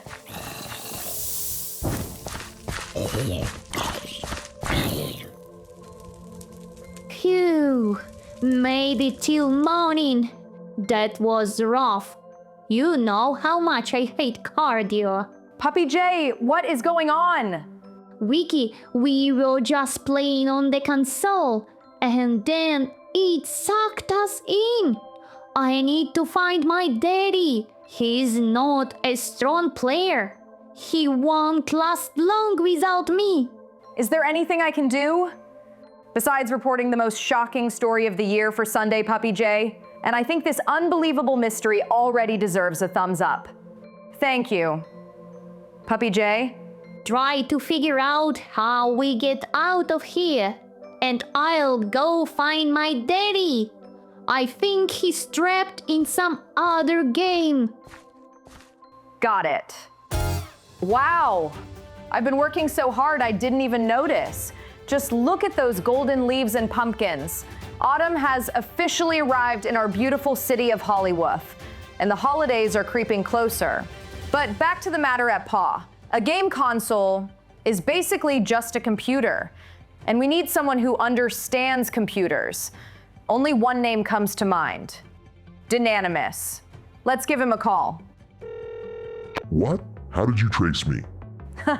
It wasn't that hard. I mean, the name Dynanimus is clearly just a combination of— One more word and I'm leaking the voice memos you left your ex at 2 a.m. All 42 of them. Okay, message received. But listen, I only traced you because this is an emergency. Puppy Jay and his dad got sucked into a game console. They're inside the game. Can you get them out? Whoa, that actually sounds kinda awesome. Yeah, I'll hack the system and do what I can. The security protocols of this generation of consoles, absolute joke. I've scanned everything. No viruses, no malware. The system is 100% clean. But I found them. They're trapped inside the RAM. So whatever you do not turn off the console. They'll be wiped. I'll keep an eye on Puppy Jay and send him cheat codes if he gets stuck. You figure out who's behind all this. Brace yourself. Thanks, Dynanimus. As always, slightly terrifying but extremely helpful. Okay, this is definitely Mom's game. I don't think Daddy's here, but at least there are no zombies chasing me. Whew, finally, I can talk without screaming. Puppy Jay, I contacted Dynanimus. He says this isn't just a technical glitch. Something darker and way creepier is going on. I knew it. I'm almost sure this is the demon's doing. Pufristo, or whatever his name is. He literally threatened me last week when I flew over Paris with those balloons. Anyway, Puppy Jay, if you need cheat codes, just call for Dynanimus. He's watching and ready to assist. Dynanimus, send me 1 simoleon, please. Awesome. I build a pool. Been dreaming of this moment. So cool. Ugh, Dynanimus, if you could maybe drop a few simoleons into my save file too. It's my absolute favorite game. Is that a video call? Who dares interrupt my sacred spa rituals? Hello, Woofisto. Apologies for disturbing you. This is Vicky Licky. What? How did you get my personal number? I have sources, but I'm a professional, so I don't reveal them. Now tell me, what's your connection to Puppy Jay's disappearance? That foolish pup is in trouble again. Puppy in distress. How adorable. He was sucked into a video game console, and we believe you might be involved. There are 1 trillion souls in this universe, and I hunt every single one of them. Does it look like I'm obsessed with Puppy J? Please. Besides, I'm on vacation. And unlike you, Vicky Licky, I actually take breaks from work. Sweet. I'd take breaks too, if I didn't have a mortgage. Do you trust the words of an evil demon, the Lord of Lies and Vice? Comment below. My journalistic instincts say something smells fishy. And by the way, turns out the devil doesn't wear Prada, he wears Crocs. Bright yellow ones. Crocs. This could have been your ad. Puppy J, Wolfisto says he's not involved, and get this, he's on vacation. Whether that's true or not, I doubt he'll crack. Which means we need to dig in another direction. Wiki, I believe in you. You've got this. But right now, I have to battle Pikachu. Yeah, this might be rough. Puppy J's a normal type with 0 gym badges. Good luck, champ. Okay, let's see what I've got. Pika pika. All right. Bark attack. Yes, 1 point of damage. Pika pika. Wait, is that Thunderbolt? Oh no!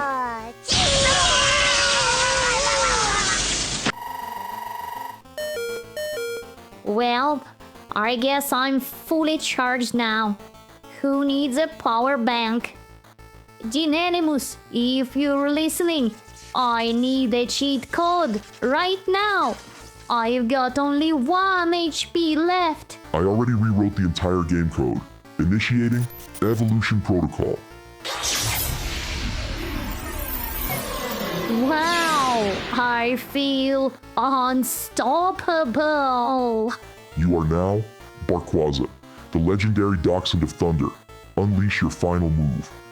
Here it comes. Mega Bark. Pikachu. Remind me to evolve more often. I found mentions of similar incidents online. Apparently, strange disappearances like this have happened before, right around Halloween. And in every case, witnesses claim to see evil spirits. And I know who can help. I used to think he was a total fraud, but maybe, just maybe, he actually knows the supernatural. Time to call Professor Postradamus. Greetings, young lady. The prophecy said you'd call me right about now. Professor, we need your help. It's urgent. Puppy J and his dad disappeared through a game console, and I'm starting to think this is the work of a spirit. Oh, good thing you called me and not those Ghostbusters amateurs. Of course I'll help, but my services come at a price. I'll invoice you after the exorcism. It will be long, expensive, mysterious. Paul Credit Bank as usual. Put it on Puppy J's account. Very well. I'm on my way. The stars say I shouldn't drive today, so I'm taking the bus. Okay, I just hope Puppy J's still okay, and that the next game he lands in is a little less brutal. Round 1, fight! This guy hits like a microwave full of bricks. Dinanimus, little help here. 1 step ahead as usual. Already sent the package. Fatality. With cheat codes, I could do this all day. This ghost has a powerful aura. This won't be easy. Or cheap. I am the chosen Bone Reader, sniffer of ancient prophecies, holder of the Wi-Fi password that was lost to time. The lag of darkness will not help you, spirit of static. Go back to the firewall from which you came. You have no Wi-Fi. Pass. Was that a monologue from Lord of the Bones, the Fellowship of the Paw? You have no Wi-Fi. Pass. You have no Wi-Fi. Pass. What do you mean no Wi-Fi pass? By the glowing paws of Sirius. It's an actual ghost. I need to go. My bus is on a very strict schedule. I'll send the invoice by email. Guess the stars didn't warn him about this. Excuse me, sir, Mr. Ghost, would you mind introducing yourself? My name is Pupkola Tesla, and I absolutely adore electricity and anything even remotely connected to it. Tell me, why did you target Puppy J? Puppy J? No idea who that is.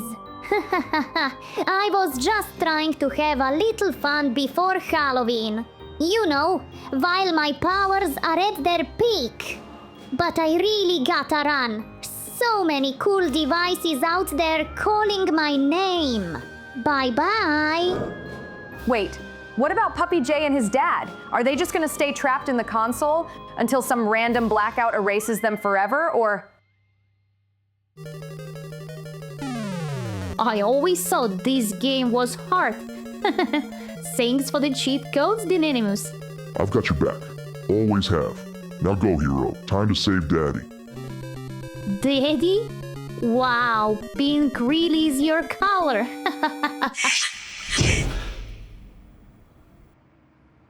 You're back. Yes, that was spooky, but also kinda awesome. Another round. Fight. Well. Popkala, you've returned. How did it go with Puppy J? I did everything you asked, Master. But this Puppy J, he has powerful friends. Dinanimus, Vicky Leaky, and one liar who said I have no Wi-Fi pass. Ah, friends? That's ridiculous. What you see as his strength is actually his greatest weakness. His soul will be mine very soon. And then the ancient prophecy will begin. It all started when we didn't raise enough money to send our special reporter WikiLeaky to film the legendary interview with the legendary vampire Count Barcola. So the interview was cancelled. But the way he reacted, it honestly terrified me. Puppy J, you think this is a joke. I already told all my friends. Anubarak the mummy, the headless pup, and even the hound of Baskervilles. They were all promised my legendary interview on your little channel. Don't disappoint me, Puppy J. I never speak threats. I make promises. And I never break them. So I had no choice. Mr. Puppy J, your loan request has been denied. What? But this is literally a matter of life and death. Exactly. You subject your life to risk far too often. The Paw Credit Bank has determined you to be a high-risk borrower. High risk? I am just a small dog with big dreams. I'm sorry, but I can offer you a retirement account that earns 0.1% interest in kibble points. No, thank you. If I don't get the money today, I won't live long enough to retire. You basically feed me to a vampire. I'm sorry. Next. Hey, you bro. Yes? Heard you couldn't get along. Yeah, apparently I'm too risky. Well, maybe that risk could finally pay off. Wait, what? Are you about to offer me money? Nope. But I am offering you a seat at the table. Poker game. Big stakes. That sounds extremely shady. My financial advisor, Shark, always told me to stay far away from this kind of stuff. I heard you say it's a matter of life and death. So if you change your mind, midnight, iron door, knock twice, say paws and bones. Hey, Shark. Long time no bark. Hello, Puppy J. Still full of ideas and financially unstable, I see. What's the crisis this time? You probably already know. We only get 10 out of 25 patrons we need to send WikiLeaks to interview Count Barkula. So I tried to get a loan, but the Paw Credit Bank rejected me. They said I am a high-risk borrower. What does that mean? Simple. You regularly put yourself in danger. You've flown across the world using helium balloons. And let's not forget, the new sheriff launched a criminal investigation against you after you crossed her live on air. And that's just a tiny fraction of the chaos you've caused in Season 1 of Sunday Puppy J. From a bank's perspective, there's a high chance something might happen to you, and you won't be able to pay the loan back. Oh no! So how do I fix my reputation with the bank? Well, first, stop risking your life. Then get a stable income, pay small debts on time, open an investment account, buy some stocks, gold, maybe a few bitcoins. The bank will see you as a reliable client, and one day, they'll gladly fund your ambitious projects. Oh, that's gonna take forever. Isn't there a faster way to get a lot of money? Unfortunately for you, every fast option comes with extreme risk. If I were you, I'd cancel that interview and avoid taking on any new debt. But Count Barkula, his fangs are literally hovering over my neck. Then maybe you should lie low for a while.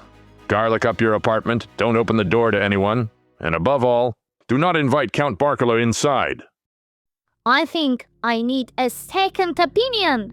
Professor, tell me, what do the stars say? Is there anything good in store for me?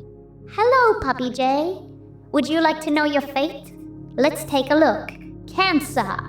This month, the moon embraces Fortuna, and luck wags its tail in your direction. But be warned, even the stars have a credit limit.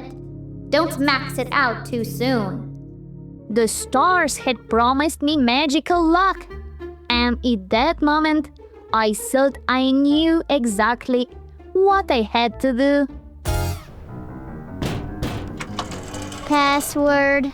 Are you kidding? You told me come here at midnight. Just doing my job. Password. Oh, paws and bones. Correct. Haha, a new player. That could be dangerous. Beginner's luck is very real. Yeah. Beginner's luck. You know the rules? I watched a couple tutorials on YouTube. Then let's begin.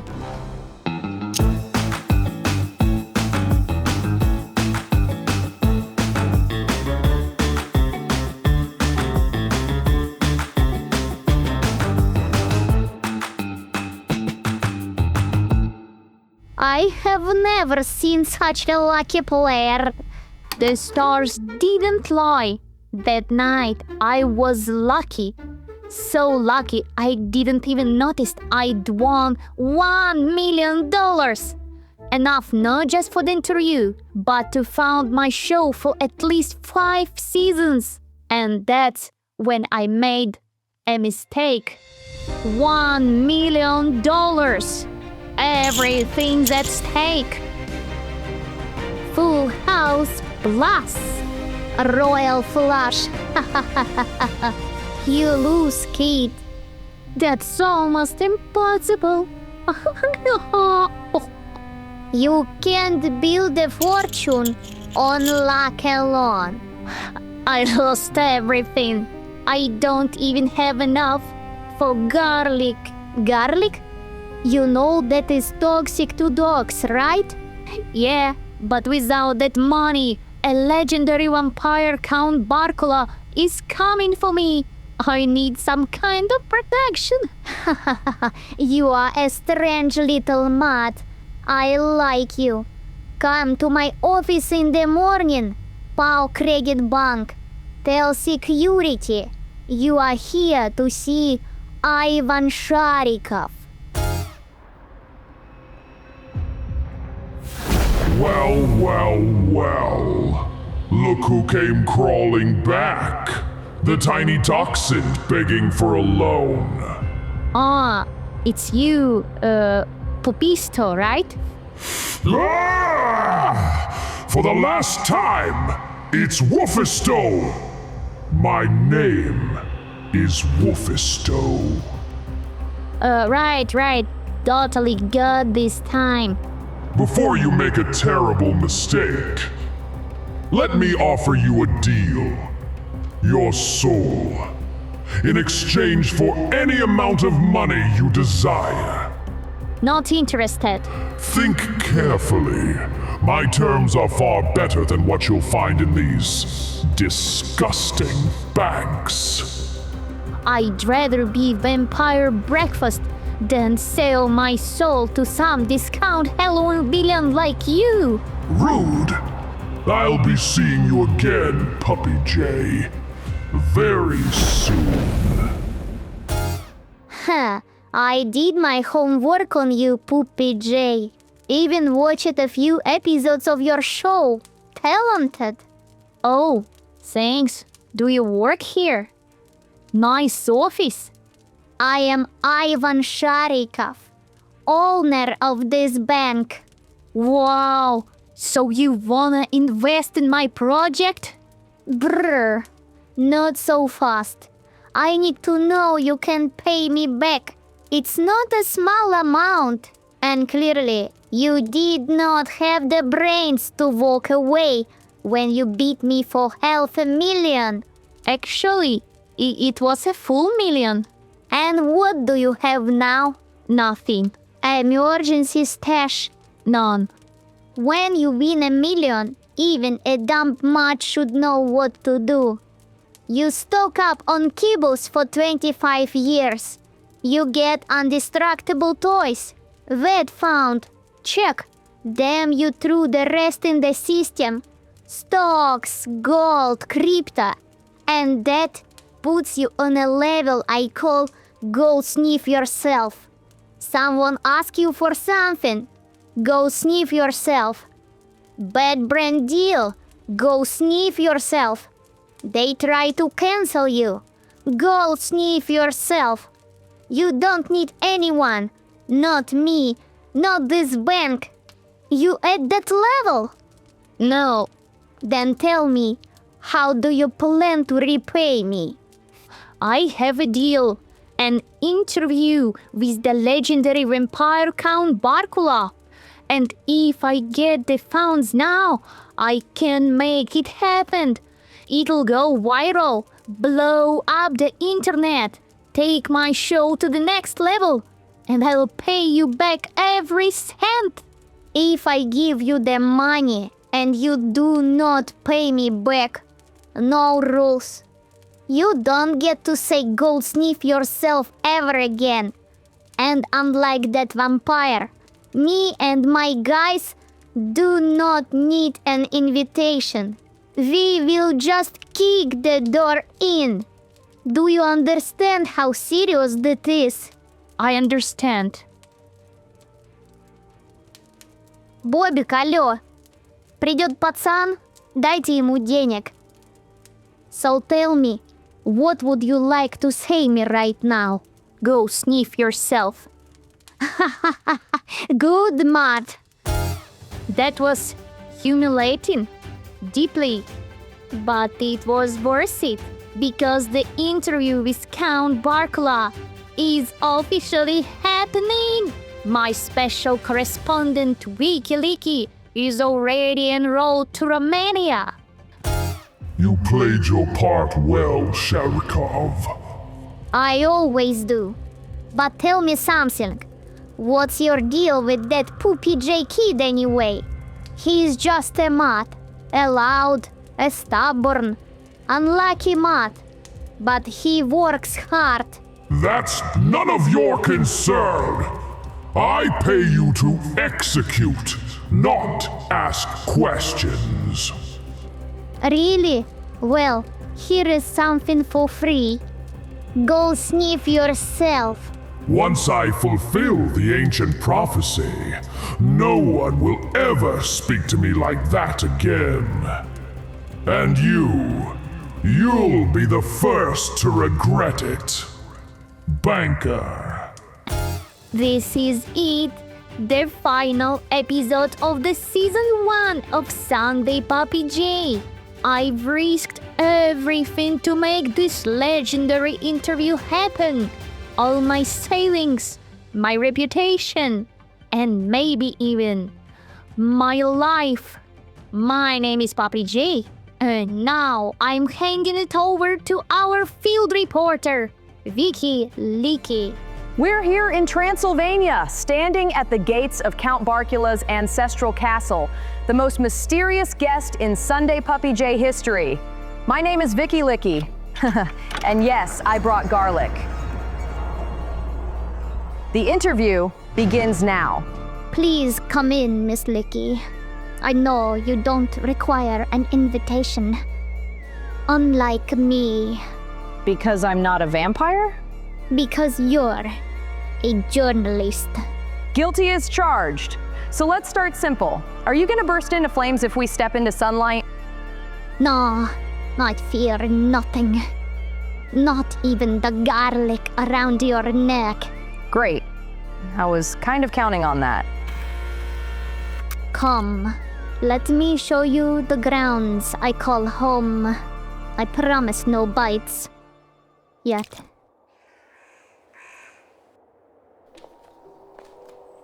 May I ask why you agreed to appear on Sunday Puppy J? This is your first interview in over 500 years, and our host isn't exactly mainstream.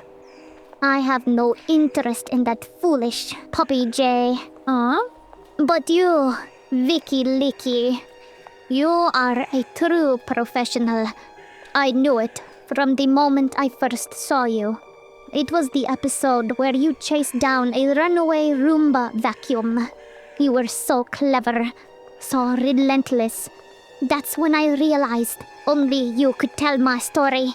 That's very flattering, but I can't let you dismiss Puppy J like that. Yes, he's a little reckless, but he's a real journalist. I've learned a lot from him, and he worked very hard to make this interview happen. He even took out a loan from a very dangerous dog just to get me here. How curious. In your world, even begging has a subscription model. We're a small independent studio. We do what we can. So, I take it this is where the Tepesh bloodline rests. Even Vlad the Impaler himself, aka Dracula. Yes, the Tepes family and their pets.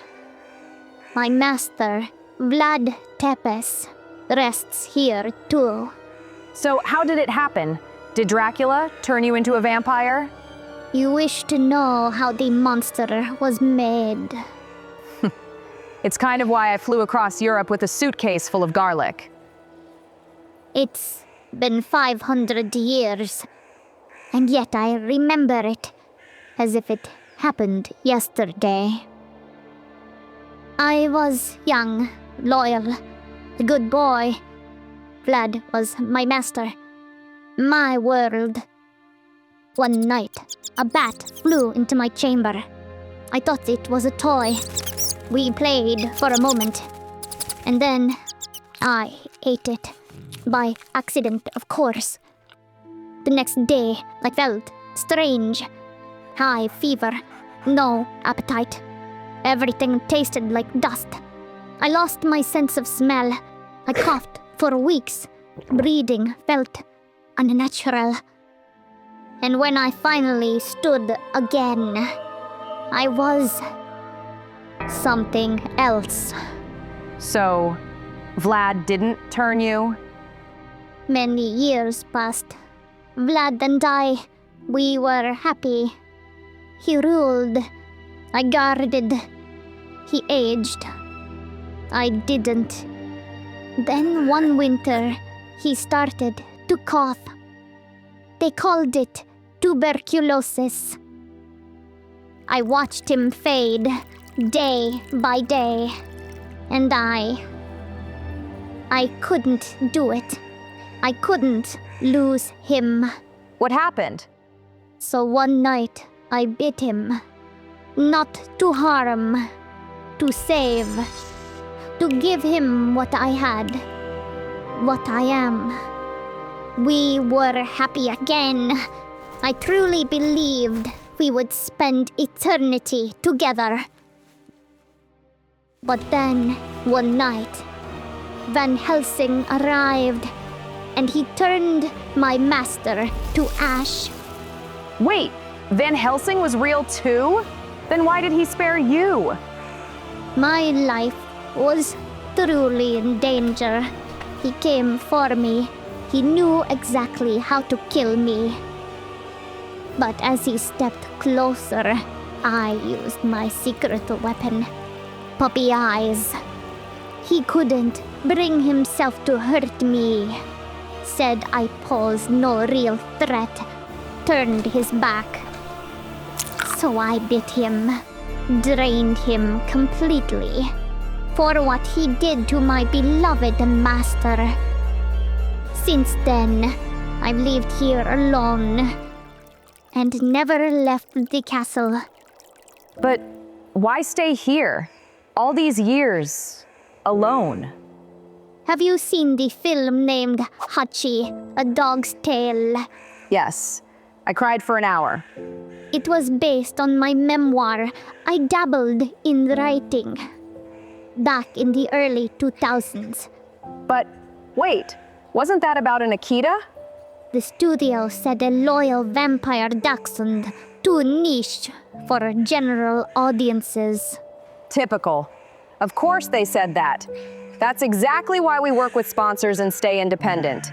So no one tells us which stories deserve to be told.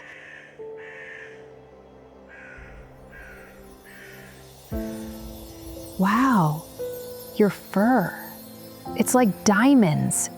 You're beautiful. Beautiful. This is the fur of a killer, Vicky. I am a killer. I don't know why, but after everything you just told me, you don't scare me. Then perhaps let's go back to the castle. I have a gift for you, Miss Vicky Licky. Please, wear it for dinner. That's extremely weird, but sure, why not? Wow, it's actually really nice. And yet, still not half as beautiful as you. Okay, I actually have a... Wait a second, you're not in the mirror. The rumors were true. Oh, Vicky, that's the least strange thing about me. Now please, join me for dinner.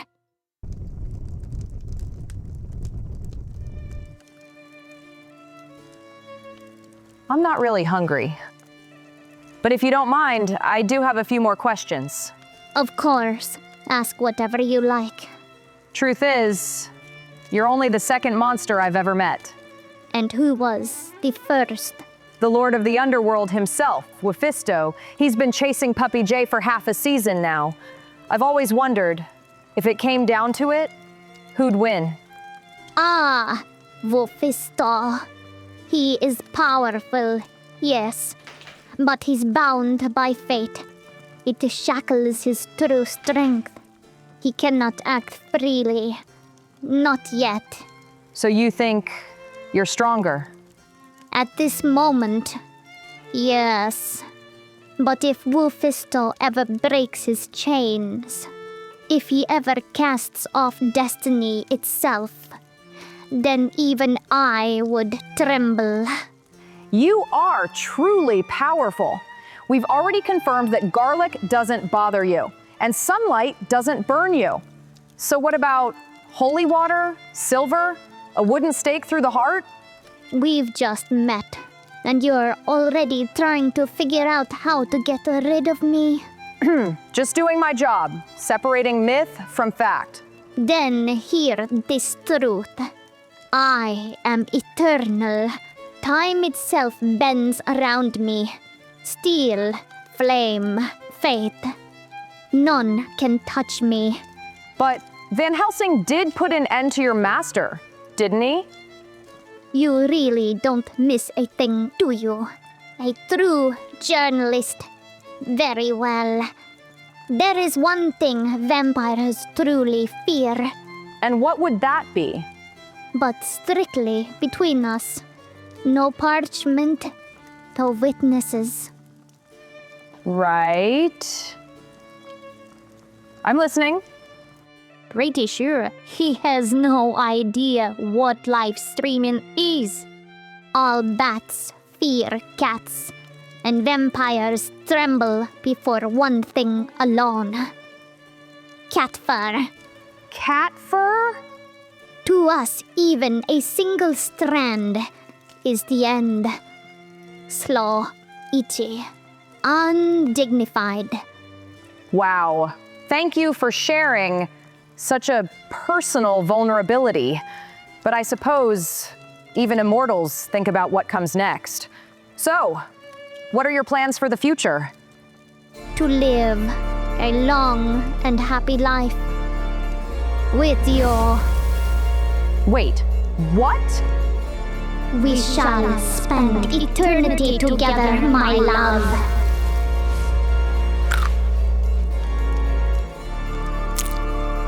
No!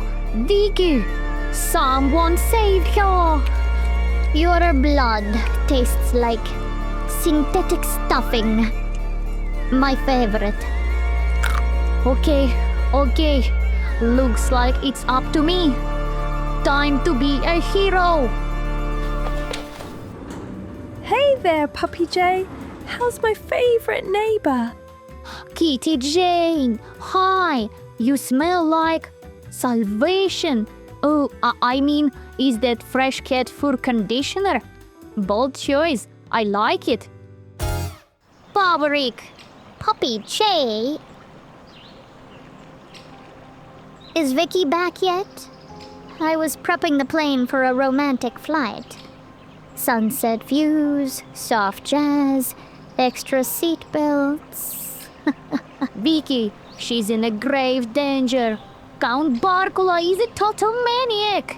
What? I told her to quit that job. You keep putting her in danger over and over. I can't lose my love again. If anything happens to her, I swear, Puppy J, I will never forgive you. Pavrik, let's talk about that later. I'm going to save her, no matter what it takes. You got a plan? Yep, everything's ready. Get in the cockpit, hurry! According to the coordinates, we're right above Count Barcola's castle. But I can't land in this fog. Visibility is 0. You'll have to jump. There's a parachute in the back. I don't know how to use it, but I've got something even better.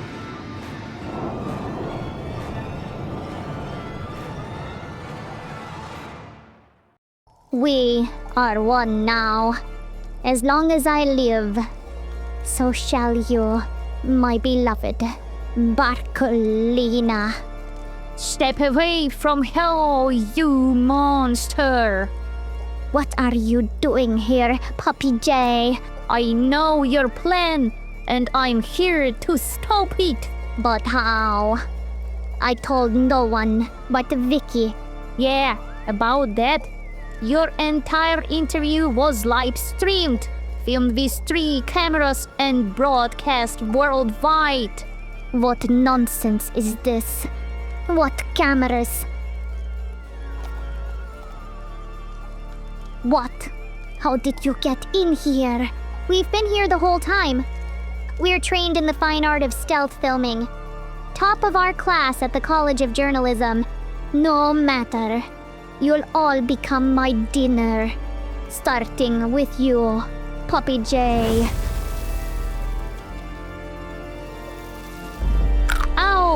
What? This fur? It's not yours. Nope, it belongs to my neighbor, Kitty Jane. Not cat fur. You're a fool, Puppy J. Now I'm doomed, and with me, my sweet Barculina. Wait, what? See you in here. Vicky, come on, wake up, please. Puppy J. Run. Barkala. He was insane. Vicky, he's gone. I destroyed him. Then the world is safe. But I'm not. Tell Pavrik I love him. Always. No, you'll tell him yourself. You're gonna be fine, Vicky. You have to be... Vicky.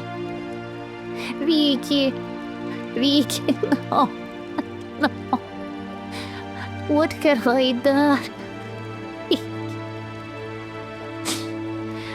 No, I promised I'd saved you. Do you hear me? I promised. Vutista! I'm here. Vutista! Well, well, well. So you finally remembered my name. You must be truly desperate. Please, save Vicky Leaky. You're really willing to give up your soul for that second-rate journalist?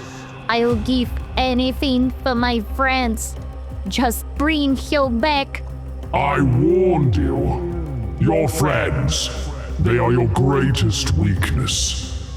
And they'll be your end. Normally, I offer my clients 6 full years of freedom. But you... For all your little insults, your tricks, I'm cutting you short. The minimum the rules allow. 6 months. And then I come back to collect your soul. It doesn't matter. I'm not losing her.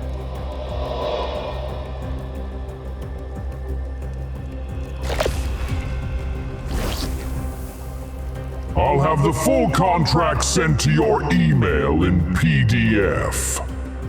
6 months, Puppy J. Tick-tock. Wait, what about Vicky?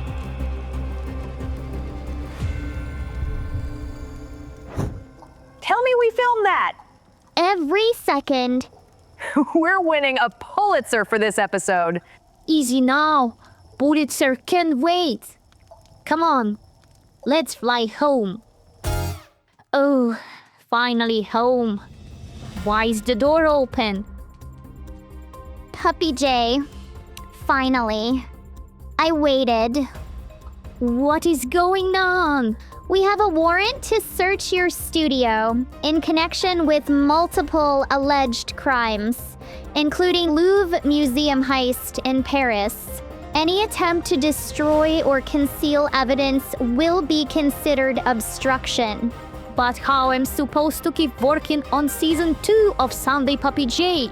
How do I pay off my debts? The money I owe Sharikov, the soul I owe Vufista. This show is all I have. Oh, Puppy J. As Wayne Gretzky once said, maybe it's time to stop chasing dreams and get a real job. Wayne Gretzky never said that. Well, he should have. You can take my studio, Jane Doc. You can take my cameras. But you will never take my dream. My name is Puppy J. And I'll see you very soon in season 2. Or in prison.